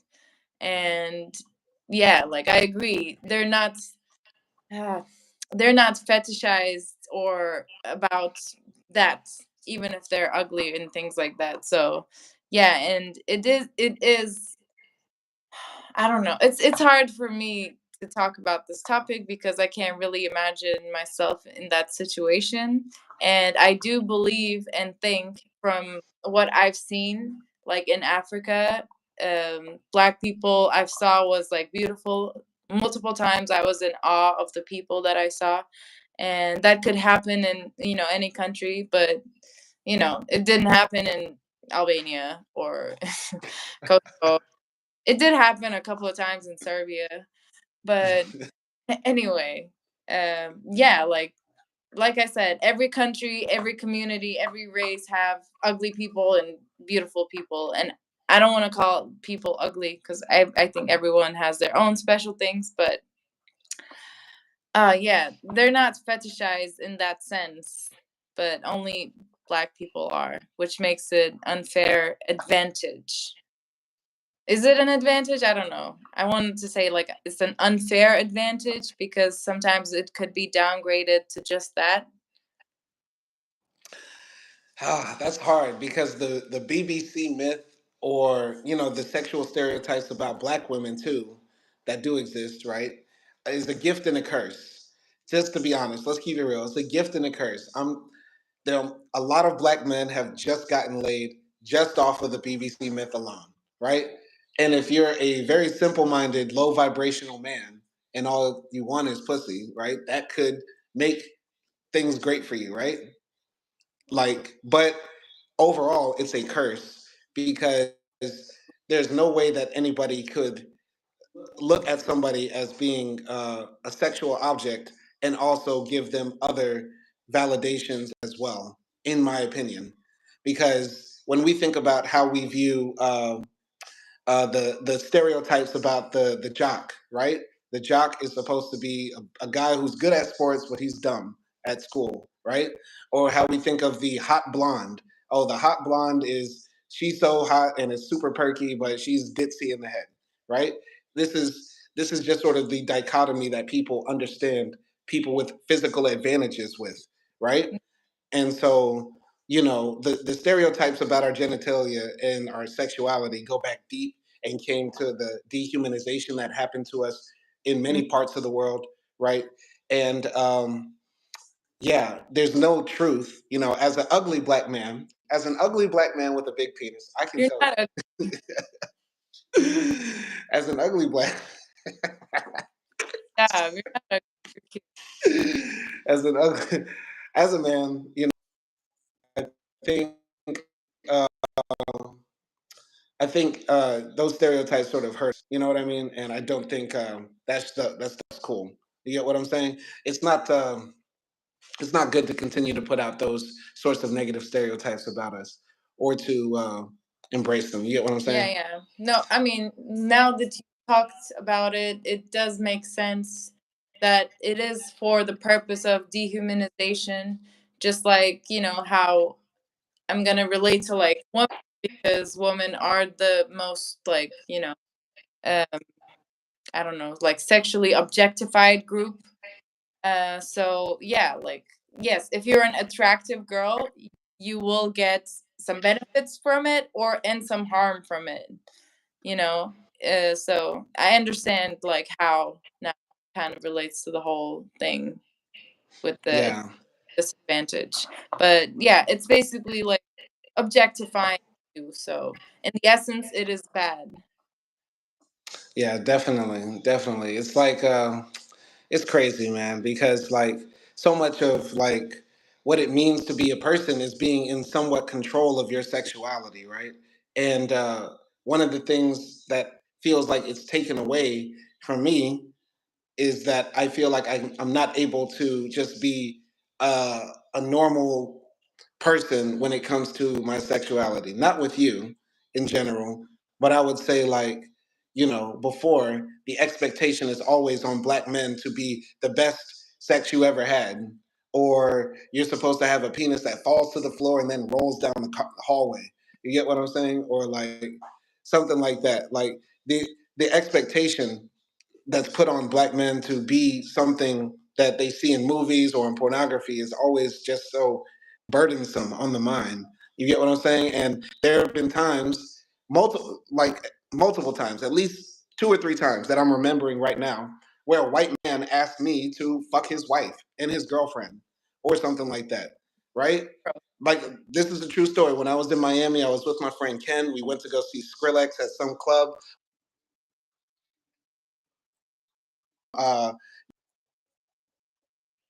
Idaho were visiting Miami with us.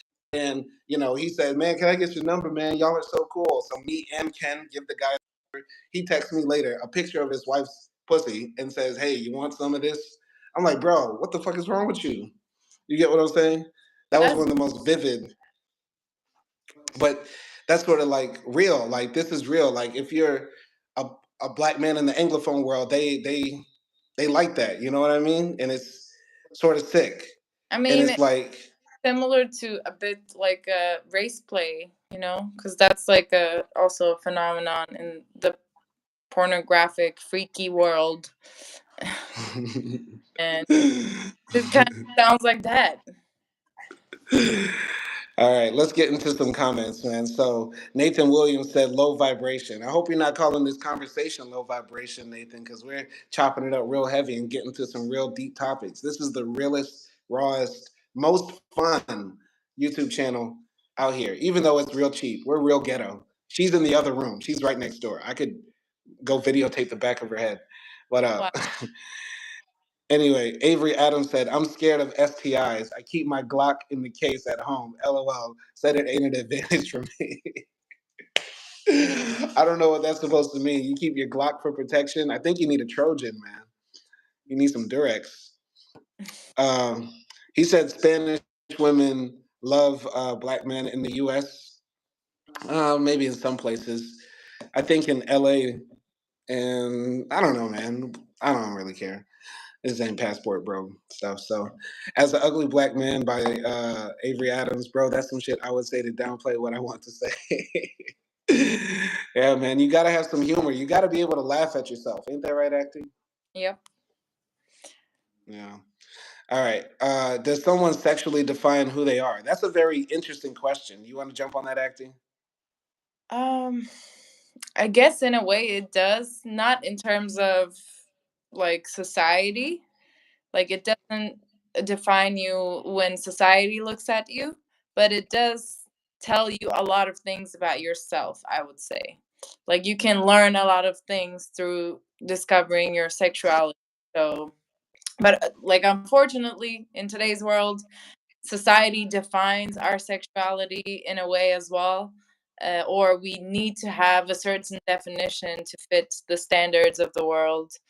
Um, but yeah, like I don't care what anybody's sexuality is, and if somebody is, anything other than straight or straight, I don't know, any of the sexualities that we have right now.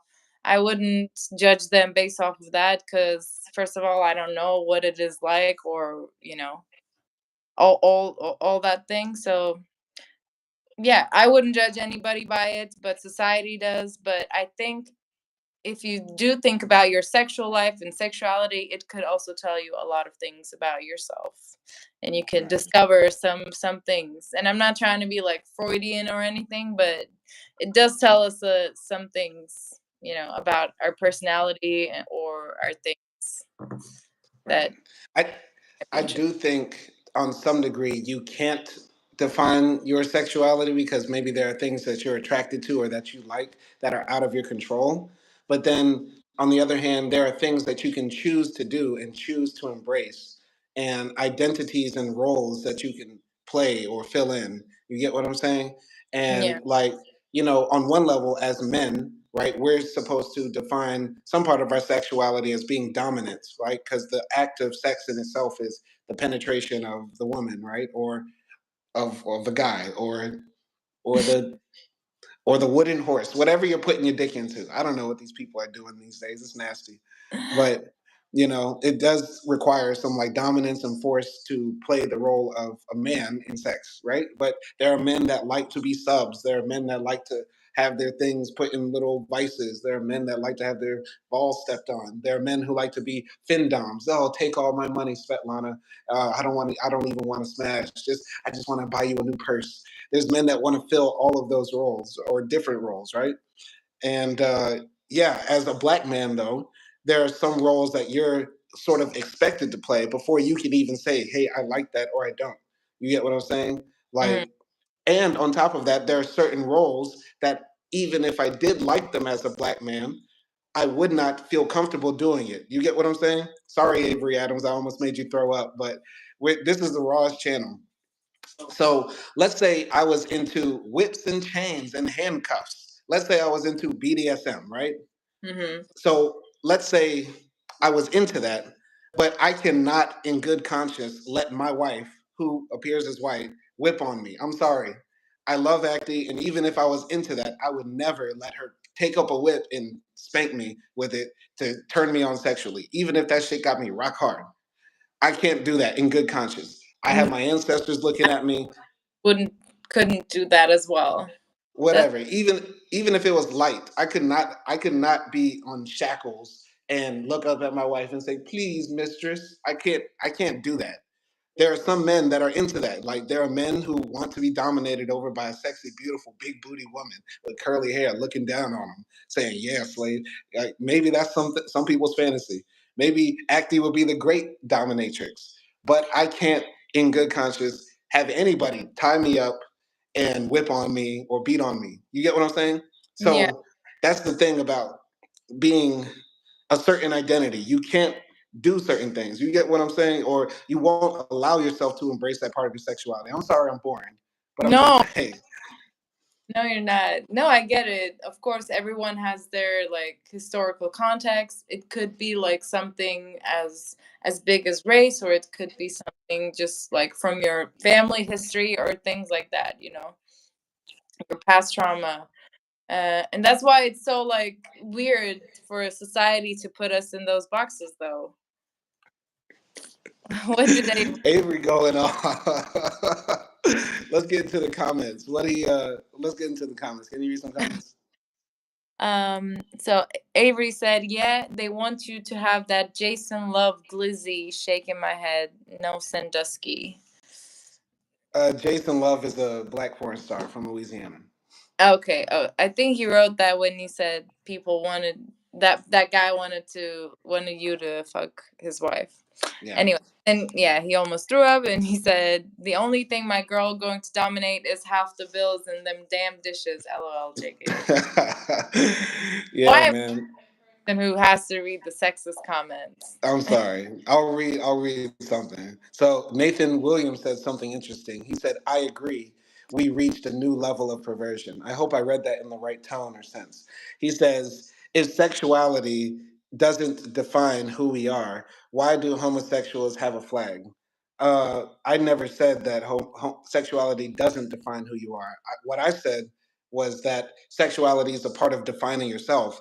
Our sex life or our sexual preferences or non-preferences is a part of our identity, just like how our language is, our nationality is, our religion is. Our sexuality is a part of our life. So I think Nathan might be more to the right, and I'm still surprised my channel attracts right-wing nuts. But I'm not assuming that of you, Nathan. But I'll just say this: the reason, the reason why people who identify with the LGBT plus community is because they have been oppressed. And when you are an oppressed group, you tend to make an identity for collective protection.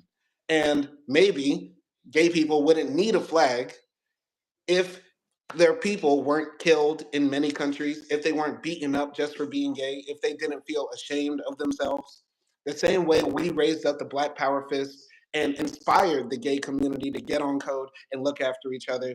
If y'all didn't do that to us, the gays wouldn't have no way, because the gays really took everything from Black people. The civil rights movement was the start of all these other groups, the women's group, the Native Americans, the Latin Americans, and the gays around the world got all the game from us on how to organize and put it together. We were the first to raise flags. We were the first to say enough with oppression, and we're gonna. So we do have a flag. You can type it in right now, Nathan Williams. You can type in the Black American flag. It's the sword with the cross on it, and it's red and black, I believe. We do have a national flag. We have a national anthem. We're almost a nation under a nation. Yes, Avery Adams, tell him, man, we do have a flag. But listen, Nathan, I'm sorry I'm ranting acting, but I'll just say this. Nathan, you're welcome to be on this channel to learn, to grow, to talk with us.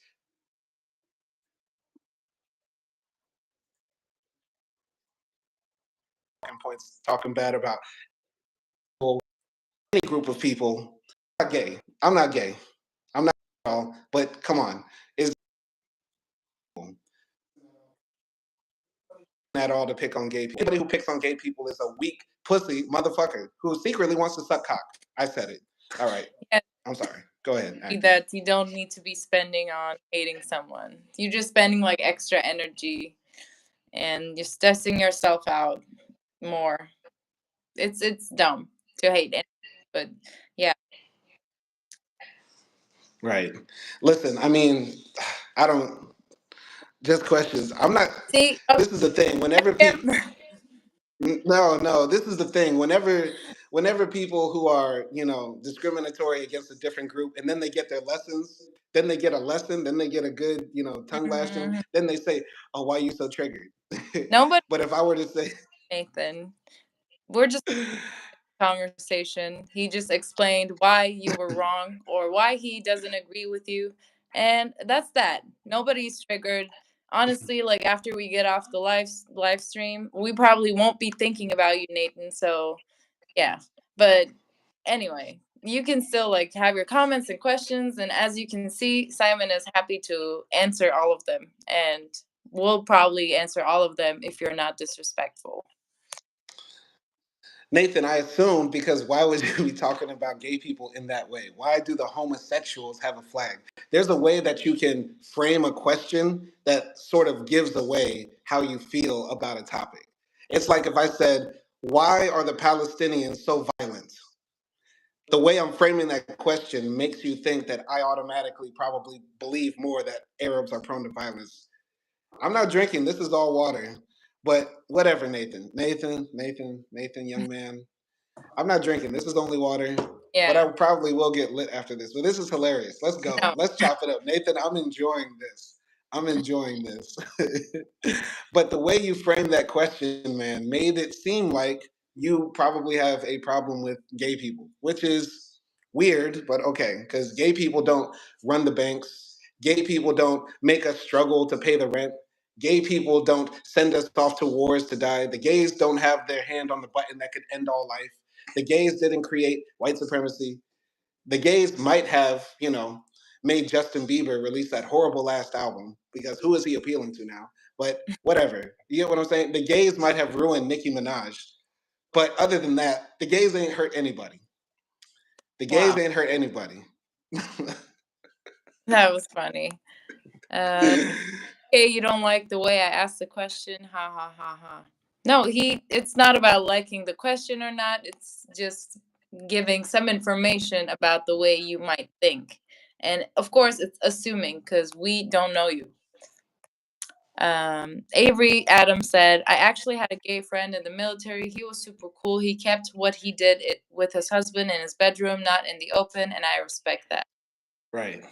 I mean, in general, I think, you know, everybody should sort of keep their sex life private, but you can talk about sexuality in a way that I think is educational and that is like illuminating. And that's why I got so graphic earlier talking about different sexual experiences in my life, like the guy who asked me to sleep with his wife, and talking about descriptions of BDSM, because I think we have to actually put these things in our mind and visualize it to some extent if we're all adults here and we're all consenting to be in this conversation to get to a deeper level of understanding. But I don't know. What do you think? I mean, I don't mind if people want to talk about their sexuality because just like with any controversial thing, if I don't like that conversation, I have the possibility to leave most of the time. So, like, I wouldn't care. And yeah, and it does provide like a educational thing if you're, if you're having the right conversation, of course. Okay, so let's It's see. Nathan, stand on business and be respectful, please.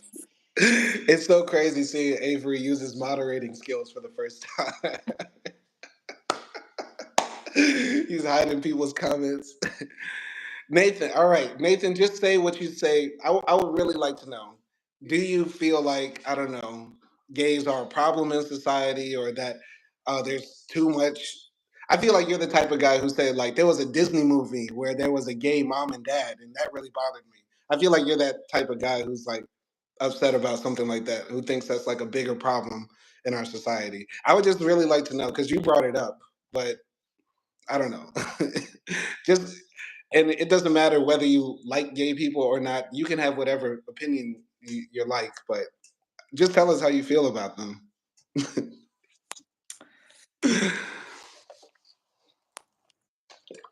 All right. But anyway, you have something to say, acting? You want to jump on something? No, I'm good. I'm good.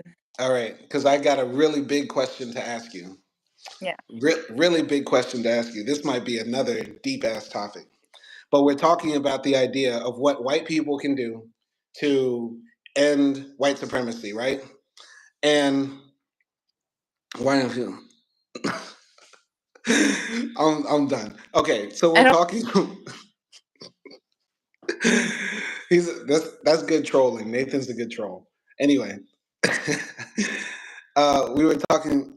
I'm like, yeah, I don't.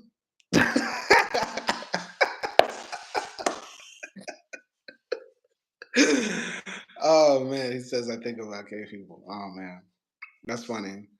Yeah, I think about. Wrong about thinking about gay people.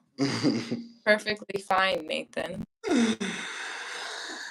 anyway, no, we were talking about how white people could end white supremacy, and there are some white people and some black people and people in general who think if we're all mixed one day, white supremacy and racism will end. So the best thing to do is to sleep with as many white women or let some black dudes nut in you or something like that. I'm just being real. There's some people who think, well, I have a black baby or I want to marry a black man or a black woman to help end racism. Do you think this is actual allyship or that it will help end white supremacy? I just think that's very like unrealistic.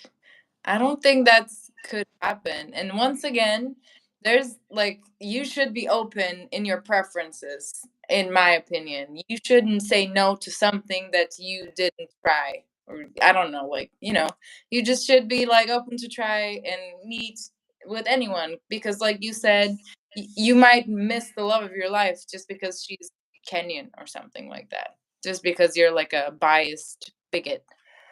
But yeah, but sleeping with people so you can have like a mixed society, that's too far and it's unrealistic. It's like a movie, like it's something that might happen in a sci-fi movie.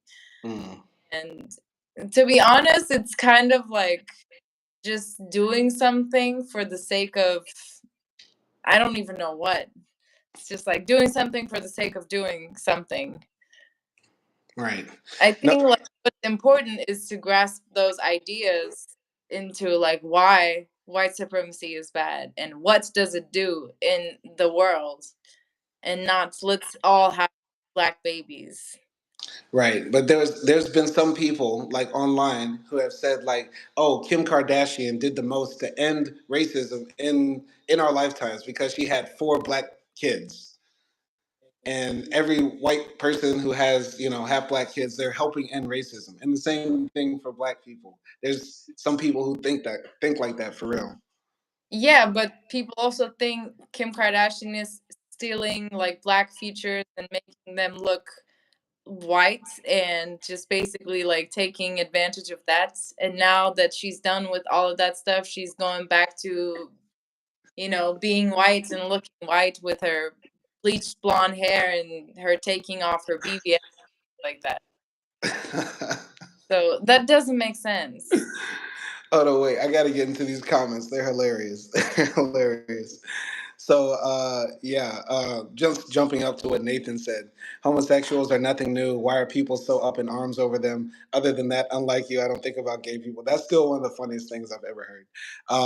Avery Adams says the floor was his, and that's what he said. Shaking my head. Yeah, that was. But did you see Killers of the Flower Moon? I want to see it, but we haven't gone to the movie theaters yet. At least in Hungary, right? We didn't go to the movies here, right? No. No, but I want to see it. I've heard it's very good, but I heard it's very long. It's like 3 hours. Damn. Yeah. Uh, so Nathan Williams says to believe in white supremacy is to say white people are actually supreme. In a way, listen, They are. I mean, yeah, are perceived like that. They're exactly. really are.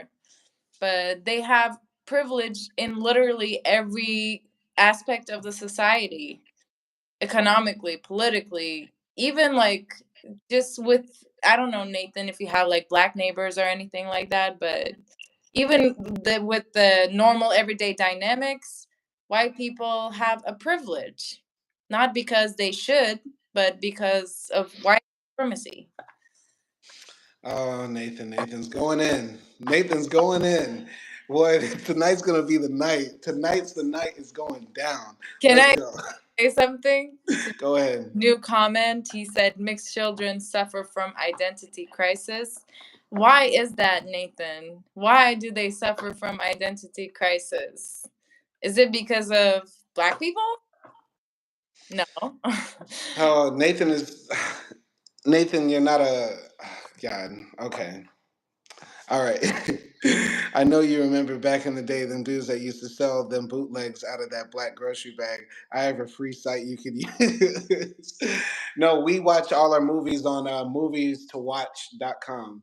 And that's like the best streaming site. We watch a lot of reality TV, stuff like that. So that's how we watch a lot of shows. And it, usually it takes like a week or two if like a new movie's out in theaters before on movies to watch like the HD version is out. So we'll probably just wait like a few weeks to watch that Leo movie all day. You know what I mean? So yeah, what was I gonna say? Let's get yeah. So like Acti said, you know, white supremacy is real because white people are perceived as supreme, and also they are in a privileged position globally around the world. Most people around the world are trying to learn a European language to some extent. The the majority of nuclear weapons are held by uh, Europeans or white people, right? We live in a system where financially white people dominate over other groups of people. They can put sanctions on Zimbabwe and make the people of Zimbabwe suffer and Cuba suffer and Venezuela suffer. But can any African nation really make the US suffer or any European nation suffer? We can't do that. They send drones to where people like us live and kill us indiscriminately. Can Kenya send a bunch of soldiers to the US to go and shoot the white supremacists who are shooting black people in the back? No, we can't. We live in a world where the power dynamics are one sided based on the history of how we got to here.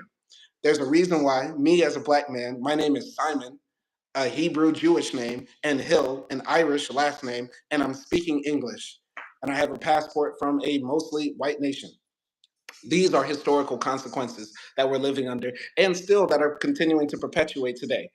So, yeah, white supremacy is real. It is real, Nathan. If you are a black man, Nathan, why is your last name Williams? Why is your last name Williams, Nathan? If that is really your name, and once again, this is the internet where there are trolls and people who pretend to be different identities online. So, Nathan, if you are a black man, why is your last name Williams? Of course. All right. So, mixed people, yeah, he also said that mixed people suffer from an identity crisis. They suffer from an identity crisis because we live in a world where if you are not the ideal of whiteness, you suffer an identity crisis. Every person on this planet suffers an identity crisis, even if both of your parents are black or off white. Everybody who is not white is suffering an identity crisis. We suffer that identity crisis when we go to church and we look up at pictures of God and he is white. We suffer an identity crisis when we open our history books when we're kids and we see that all the inventors, all the major people are considered to be white, even though that's not true, right? We suffer an identity crisis when we see and look around in our communities, everything is dilapidated and depleted. And then when we look across the tracks, all the people that got big homes and nice cars don't look like us. We all suffer an identity crisis when we look in the mirror and we see that we don't look like Anne Hathaway and Kim K. And why isn't our nose that straight? Why aren't our cheekbones that high? Why aren't our lips that thin? Every person around the world who is non-white is suffering an identity crisis. There's a reason the Asians get surgery and pay thousands of dollars to get their eyes open. I might get canceled for that, but that's a real thing. There's a reason why thousands, millions of dollars are made selling bleaching cream and soap across the world. So, Nathan, if you're talking about the mixed children have an identity crisis, every black man, fully black person across the world has an identity crisis. You get what I'm saying? I'm Yeah. sorry, I'm ranting, acting. No, you made a very good point. And also, like, the reason that there is a identity crisis is because there's anti-blackness in the world, because there's white supremacy in the world, because if, let's say, if a European person has a French father and a Spanish mother, that person is probably not going to have an identity crisis, because guess what, they're both white. So yeah, like it happens with mixed kids because there is like racism in the world. And yeah. um Nathan also said America's largest export is Black American culture. And That's true. I agree. he said power is taken, not given. All right, let me backtrack. America's number one export is not black culture. It is the weapons that we sell across the world to kill people that look like us. That's America's number one export. Our number one industry is the gun manufacturer. Then after that, it's Big Daddy Kane and Jay Z.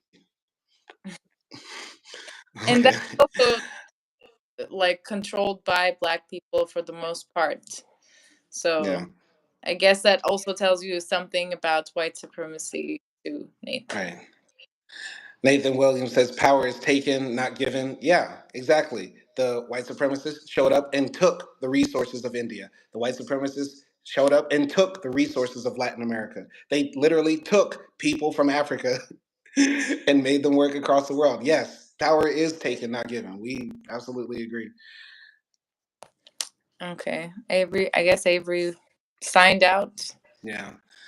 Duty calls, my girl calling me. I will catch you later. Stay blessed, Acty and Simon and Nathan. Behave yourself. Don't worry, Avery. We got Nathan under control. Shout out to Avery for always coming in, chopping it up with us. He's our number one moderator. Remember, you can become a moderator on this channel too. Just send that super chat. So Nathan Williams says, "You see white because white controls you." Yes, white supremacy controls all of us. Nathan Williams said, "Did you ever ask Allah why did He make you black?" Well, the first man in the Quran was black. His name was Adam because Allah made him out of mud. Okay. Anyway, let's go here. Nathan Williams says, "So take black your power, black man." So take. Okay, Nathan, you got to learn how to type, man. Yeah, we are taking back our power by fighting against white supremacy. But you can't fight a person or fight a thing and get power if you're blindfolded. And so, to understand that white supremacy is real is to take off the blindfold and be able to see the world for actually is, so you can fight your opponent. Acty, what do you think? I just want to ask Nathan, like, I know I made this comparison a lot, but so Nathan, there's a war going on between Russia and Ukraine for, I guess, like, I don't know, 2 years or something now. Did you, like, ever think to ask Ukrainians, why did you ever ask God or Allah, why did he make you Ukrainian?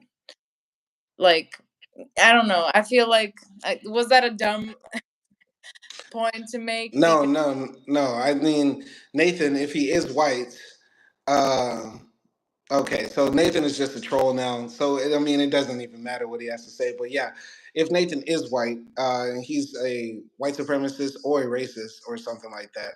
And yeah, I don't know what he's getting on. But Nathan, we appreciate your watch time and your engagement because you're helping the channel grow. And even though it is small now, the channel is going up and growing. So we appreciate that. And yeah, uh, either way, yeah, to ask somebody like, why did God make you black? As if that's a bad thing. yeah, I'm that was my point, kind of like when anything happens to non-black people, we don't really blame them, and we don't ask them to, oh, take your power back, white man or white woman, because it is taken, but we don't ask them to take it back. So why right. do you ask that from black people? Because Hmm. they were forced into this situation. Nobody wants to be the most stigmatized, most like discriminated person in the world. Who Right. wants? Nobody wants that, Nathan. So don't act like, oh, black people, like you did it yourself or something like that. Like, Right. it doesn't make sense because nobody wants that for themselves. Right, right. But anyway, back to the topic of like defeating white supremacy and getting dispelling some myths. So like, some people believe if there are more mixed people in the world or if they sire interracial children themselves, right? They are helping to end racism. And I'm gonna keep it real. I'm gonna keep it absolutely real. When I was younger, I used to think that. I'm keeping it absolutely real. Totally honest here. When I was younger, I thought that might be true. But then, and this was around the time I was maybe like 20 or something, and I was still like getting knowledge of self a little bit. And I was thinking that might be true. But then I did the history, and when you look back in history, you realize, okay, very quickly, all right, mixed people have existed all throughout history, right? And I'm talking about mixed people as in half black, half white. All throughout slavery, they existed. All throughout the civil rights movement and the lead up to that, they existed. And even before then, they existed. So there was never a time when, white people said, oh, golly, my son is half black. So I'll treat him with dignity and respect. What did they do? Like the slave owners literally sold their own children. They didn't Yeah. care that they were half black. You get what I'm saying? Yeah. And you know, it is possibly true that some colorism would still exist into the future as well, because it's impossible to say that the entire planet will be mixed. That is a fallacy. That will never happen. Like it will never happen that we will have an entire planet that's just one race, right? Because we're already one race. We're already one human race. But I don't think that that's a real thing. But there was a brief moment in time I did think that would happen. But then that's before I really just started like meditating on it and thinking to myself and finding how silly it is. But it's something I totally, totally do not believe now. Yeah, I mean, uh, also like we don't need some sort of like biological thing like that for us to accept other people and other races, racism. Sorry, other races. So we don't need that sort of like weird science fiction future to just like not be racist. It's like it's a bit weird to think that that's would go away. Yeah.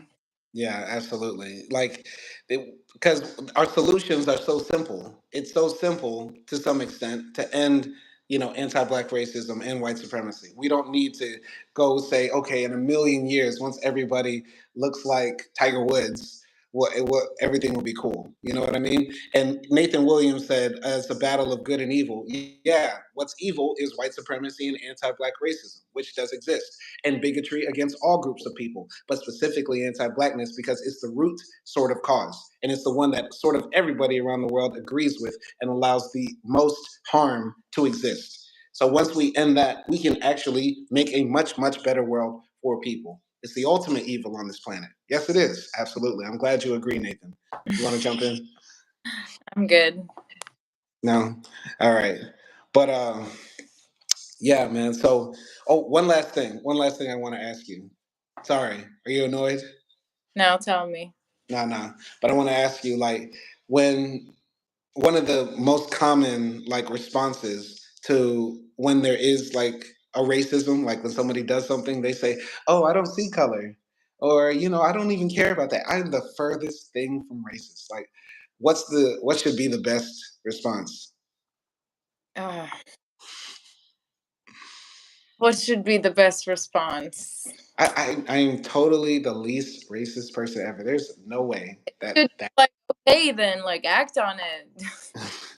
If that's something that you don't believe in, if you don't see color, then you check on people who see color, or just like if they say that and they're still acting racist and bigoted, then tell them like what they are doing is racist. Because honestly, like especially places out of the USA and Britain, I guess, people are not that aware of microaggressions, and they still think like fine. So it's like I guess you can educate them on microaggressions, like tell them, make a timeline. And I'm not talking about like a big old speech that you have to give, but this is what you said, and I'm just going a step. I'm taking a step back. This is why you said it, and you know, and white supremacy is the reason why you think like this. So just 3 points. Take 3 steps back, and Right. I don't just hit them with that answer, I guess. Yeah, I think so. Because I think when people say that, they're trying to deny that there might be a cause for whatever action they did or whatever action happened that they gave a wild opinion on or statement on. So I think when that happens, you should say, okay, me saying that I don't, you saying that you don't see color is like saying that you don't see gender or that you don't see nationality or you don't see that people have different language backgrounds or something like that.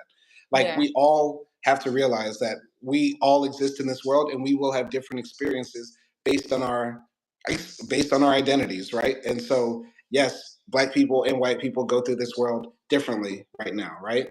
And we want to try to make it more equal.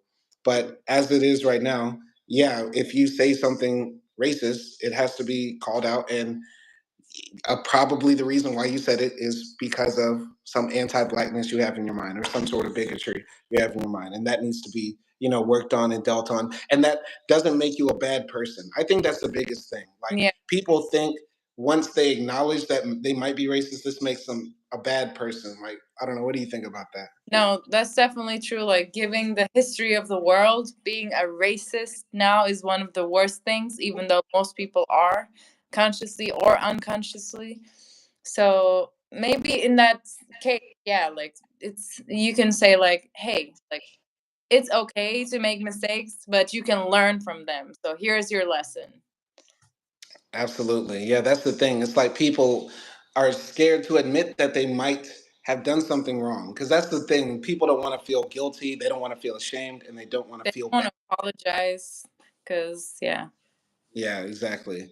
And so, yeah, Nathan Williams jumped in with the question: does someone color identify who they are?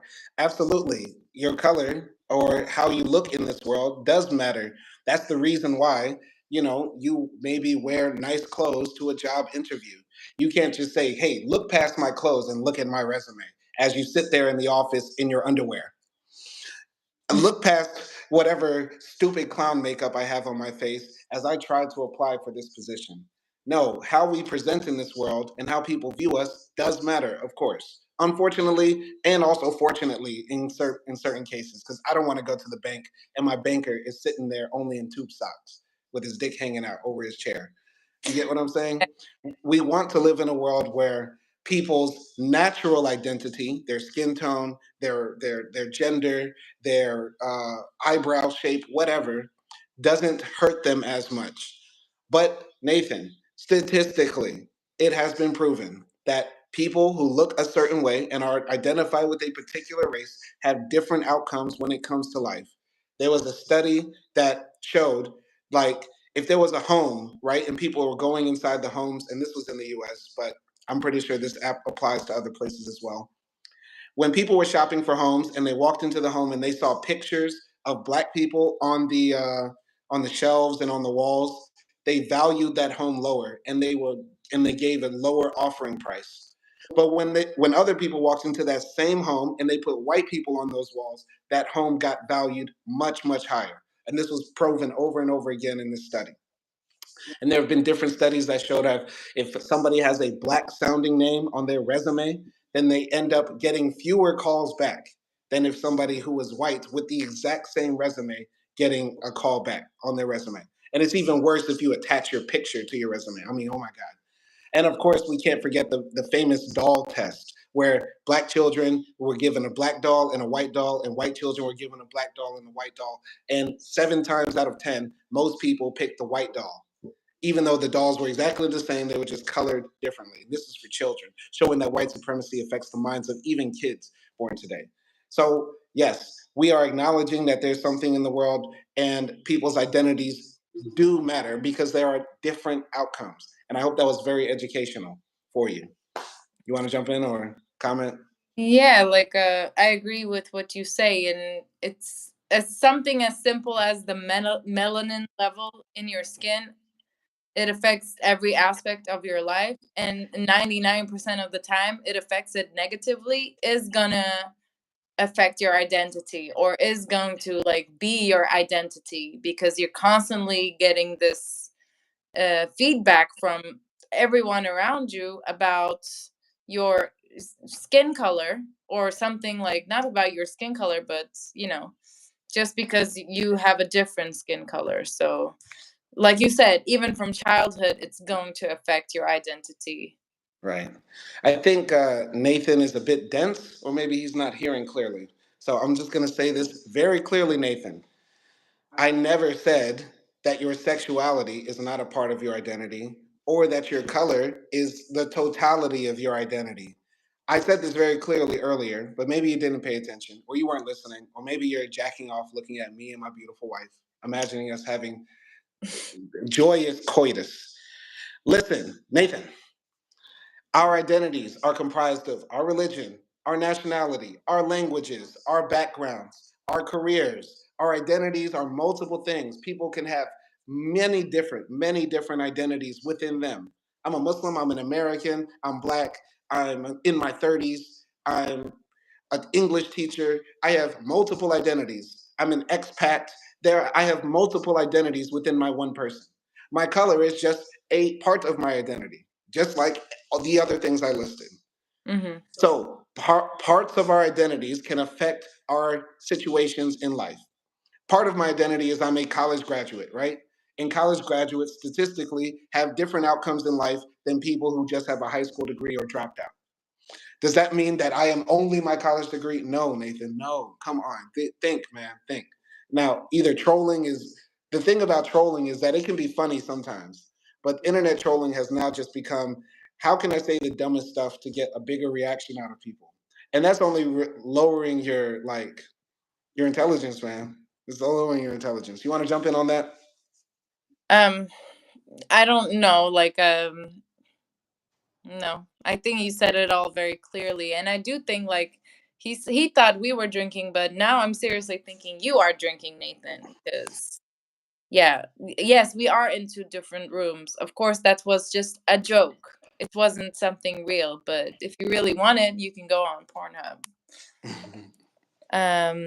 And he also said, "I'm adult engaging in conversation online with a condescending couple." Yes, we are condescending to you because you are not reaching to our level. That's why we have to condescend to you, Nathan. You are choosing to engage with us, people who are much more handsome than you, much more beautiful than you, much more intelligent than you, much more patient than you. We don't have time to go into other people's lives and other people's chats to troll. I know maybe, you're sitting at home eating a bowl of ravioli from Chef Boyardee can and it's cold. You didn't even have time to heat it up. You're just at that table where it's all dirty and lonely and you're in your underwear. Your belly button got a lot of hair hanging out of it and you scratch it sometimes and sniff it. And then you look in the mirror and you just can't look at what you see. Nathan, I'm sure life for you is like, very dark and gloomy and miserable. But Nathan, I want to let you know, like the light behind my head, there is a light at the end of the tunnel, Nathan. And I want you to have a come to Jesus moment and just say it. I'm white. I was racist. I'll get better. Come to Black Jesus. Come to Black Jesus, Nathan. I'm right here with you. Come to Black Jesus. Say, I'm white. I was racist. I'll get better. That's all you have to do, Nathan. And you will feel so much better about yourself. You'll feel so much better about yourself. It's okay. You don't have to pretend to be a black man online because no black man will be talking like this. No Yeah. black man will be talking like this. He he came at you, Nathan. You came to the right video because now we can apply all of the things that we discussed about how to, talk to racist people, about how to deal with white supremacists, things like that. And we have you as an example. So, Nathan, it's okay to learn and make mistakes. It's okay. But It's all absolutely okay. talk about is me. Yeah, we're responding to you because you are a person who is active in the chat. So we're giving you the respect that you want from us. Yeah, I But mean, the thing is, Nathan, I might be joking on you, I might be making fun of you, but as a man, you got to be able to take some punches. You got to be able to take some and give some. You gave some to me saying all I think about is gay people, which was actually funny. That was actually funny, and I laughed at myself. So you should be able to laugh at yourself too and admit that you're wrong. And I can't wait. You know what? I'm going to set up my Twitter tonight so that I can do some call-in shows and talk to the people for real. So you can call in and we can actually chop it up and build because I'm sure my wife is tired of being on these lives with me. She want to do more fun stuff. But I find this so fun, and I find this so engaging and entertaining and enlightening. You know what I mean? Because I learn more about my wife by talking to her this way, and I hope maybe she finds me funny. Yeah, yeah. No, every time I do the lives, I learn something about you. I learn something about me, and I learn something about a new topic and different ideas. Right, right. Well, Nathan, you're more than welcome to stay as a guest, but I have to ask you how you came to this conclusion that there's no racism in the world or whiteness. I'll let you type out that answer while I ask Acti this question. Acti, how do you think it's even worth engaging with some people who might deal with this topic disingenuously? Like, no matter what you say to them, they might just try to always go back and forth, or gaslight, or say that racism doesn't exist. Like, do you think like it's even worth talking to those people? To be honest, for the most part, I don't. Like, if they're genuinely not interested in learning or taking something, like, I'm not going to be their teacher if they're not affecting my life.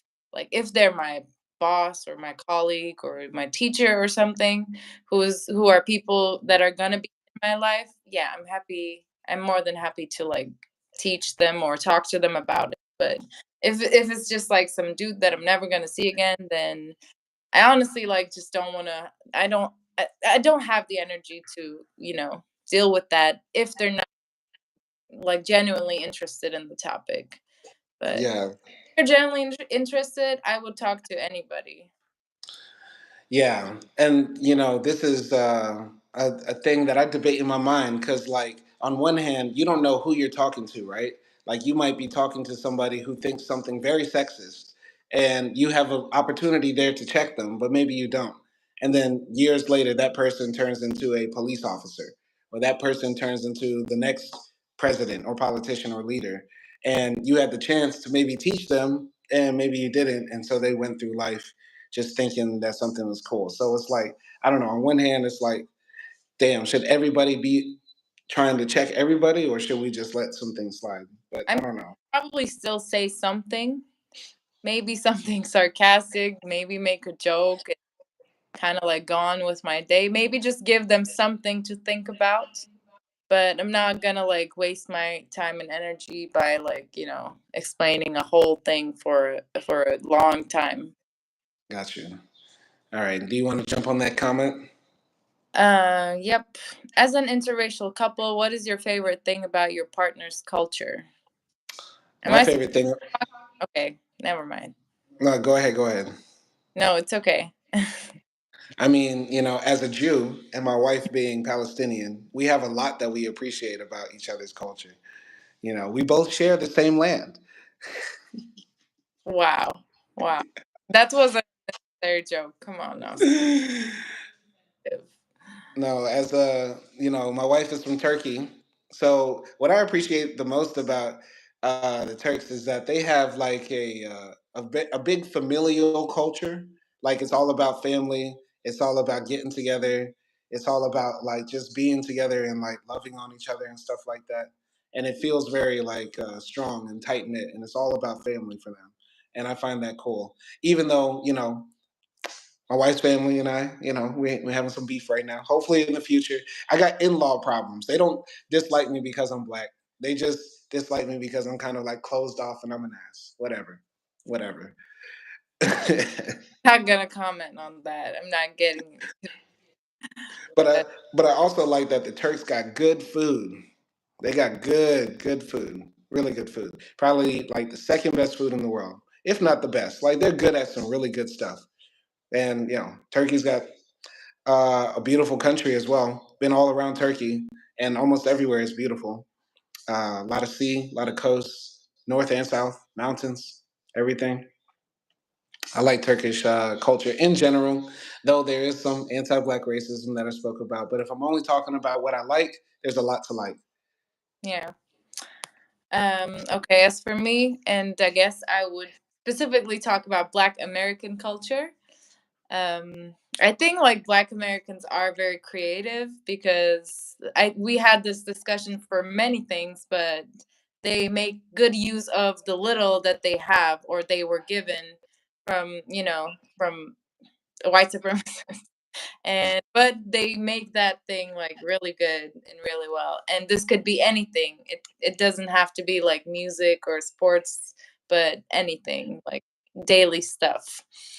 Um, and yeah, I mean that's my favorite thing about Black American culture.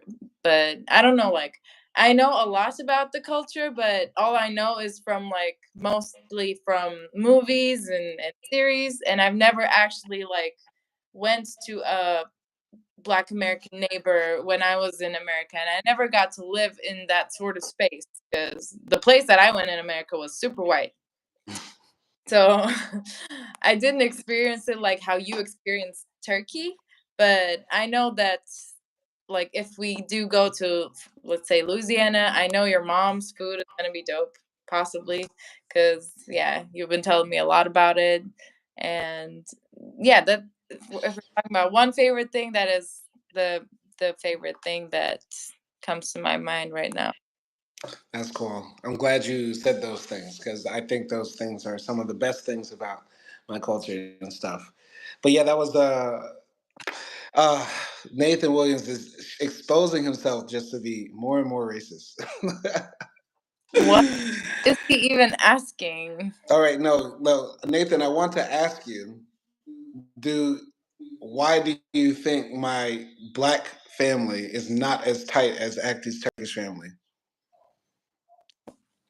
What? Wait, ask? In the comments, and he said this comment. Nathan said, "Do you wish your black family were as tight and solid as your Turkish family?" Once again, framing the question as if my family is not tight. Nobody said anything about Simon's family. I did. But I have to ask you, why do you think my family is not tight? Because let's expose it. Let's expose it. Just say it. Why do you think my family's not tight? But while he writes that answer, do you want to answer his question? Do you wish Turkish people were able to be as creative as your black family? It's a dumb question. Yes, everyone is creative in their own ways. Turkish people are creative in terms of like food or something. I don't know. But no, I don't wish that because that is what I perceive something to be good from Black American culture. And no, I'm not like jealous of it. And I just think that's something admirable that they have. And that is that. That was hilarious. That's it. That's hilarious. I don't even know how to make sense of the question. Hey, but no, Turks are creative. They were creative even taking Istanbul. They Mehmet II carried boats over the mountains and then dropped them in the sea and said, "What up, bitches? We here." Hey, Turks hella creative. They be squishing meat until it turns edible. Yeah, That's creative. it's different stuff, but you know. And Turks hella creative, man. They found a way to talk to God just by spinning really fast. Stop meditating. Oh man, Simon, bro, put your girl on. She's missing out on what it means to be black. Um, I mean, what does it mean to be black? What does it mean? It means to be always vigilant, to care for all people, to advocate for what's best, to be humane, to be just, to not to be vengeful. The number one thing that the world can learn from black people is that we're the least vengeful people. And we're the people that deserve to have the most revenge. You know, people in the Balkans, like where me and my wife met, we met in Serbia. People in the Balkans still mad about stuff that happened 500 years ago. You get what I'm saying? And we and black people find it hard to be mad about what happened last year. There's some black people now who are saying like George Floyd deserved it. Kanye, stupid. But you get what I'm saying? Like of any group of people, we're the ones who have shown the world that you can overcome anything, you can overcome any challenge. And I'm sure my wife already knows that already. Yeah. But that's what it means to be black. It means to just it doesn't mean to dance a certain way, it doesn't mean to speak a certain way. It just means that you are just solid and you won't fold, and they knock you down 2 times, you get up 3 times. You get what I'm saying? That's what it means to be black. It that is true. The kindest survivors that have survived, all the bullshit that white supremacists, throw threw at you, like Nathan Williams.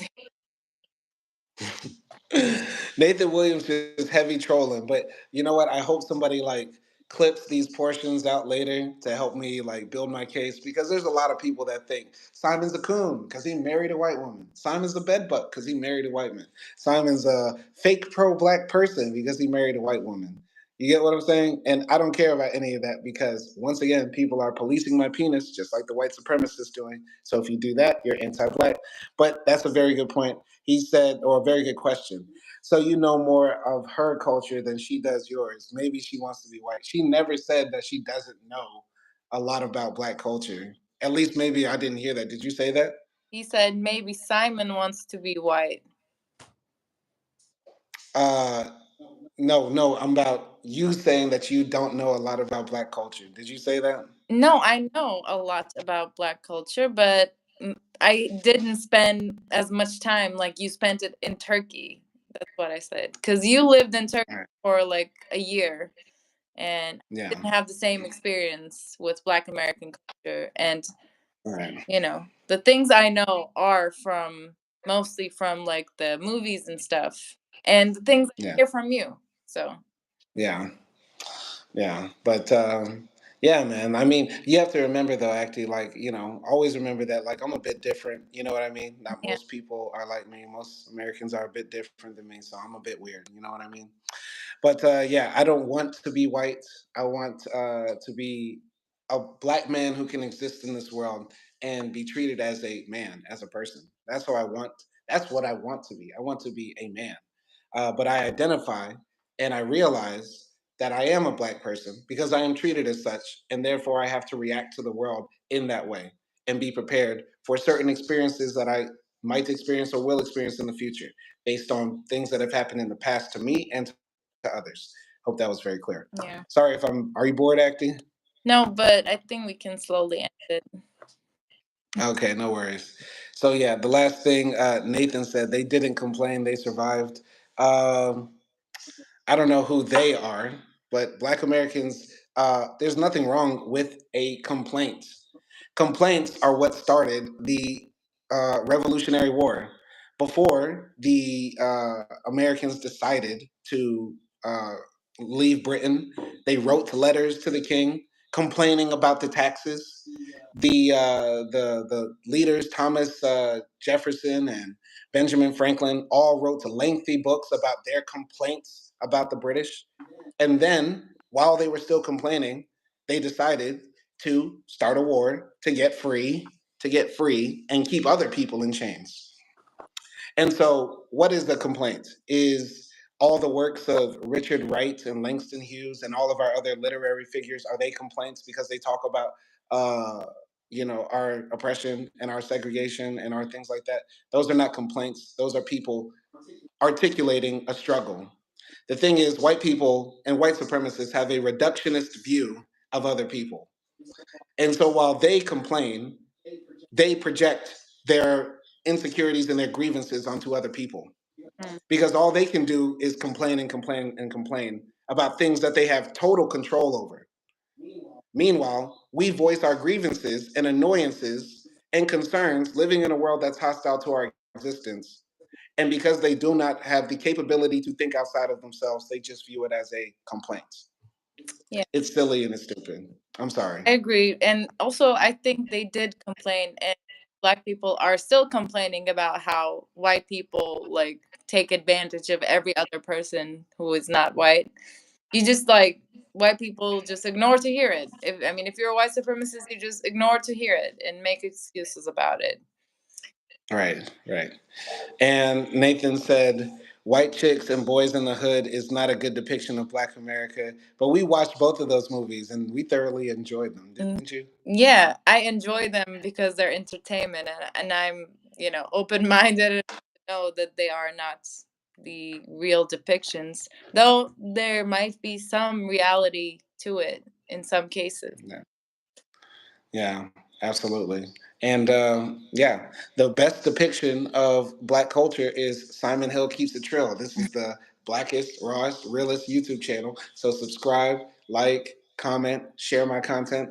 Come and chop it up with us on live every Sunday. We're in here real heavy, talking real big, about all sorts of topics. And I really enjoyed this live. I thought this was one of the most fascinating ones we've ever done. This was actually really good. It was also for me. It was a learning experience as well, because it's okay. Yeah, I absolutely. am white, and I acknowledge my privilege, and I'm open to learn, and I can. Exactly. I'm white. I was racist, and I'll get better. That's it. This should be everybody's meme. Black Jesus right here. Just admit it. You're racist. Anyway, thank you, Acti, for coming on this live with me, chopping it up with me. I appreciate it. I love you so much. Love. Shout out to Nathan Williams, Avery Adams, Craig Mack, everybody who came through to watch this. This was a very long live stream, but it was very good. I really enjoyed this. Yeah. All right. Well, have a good one. See y'all next time. Peace.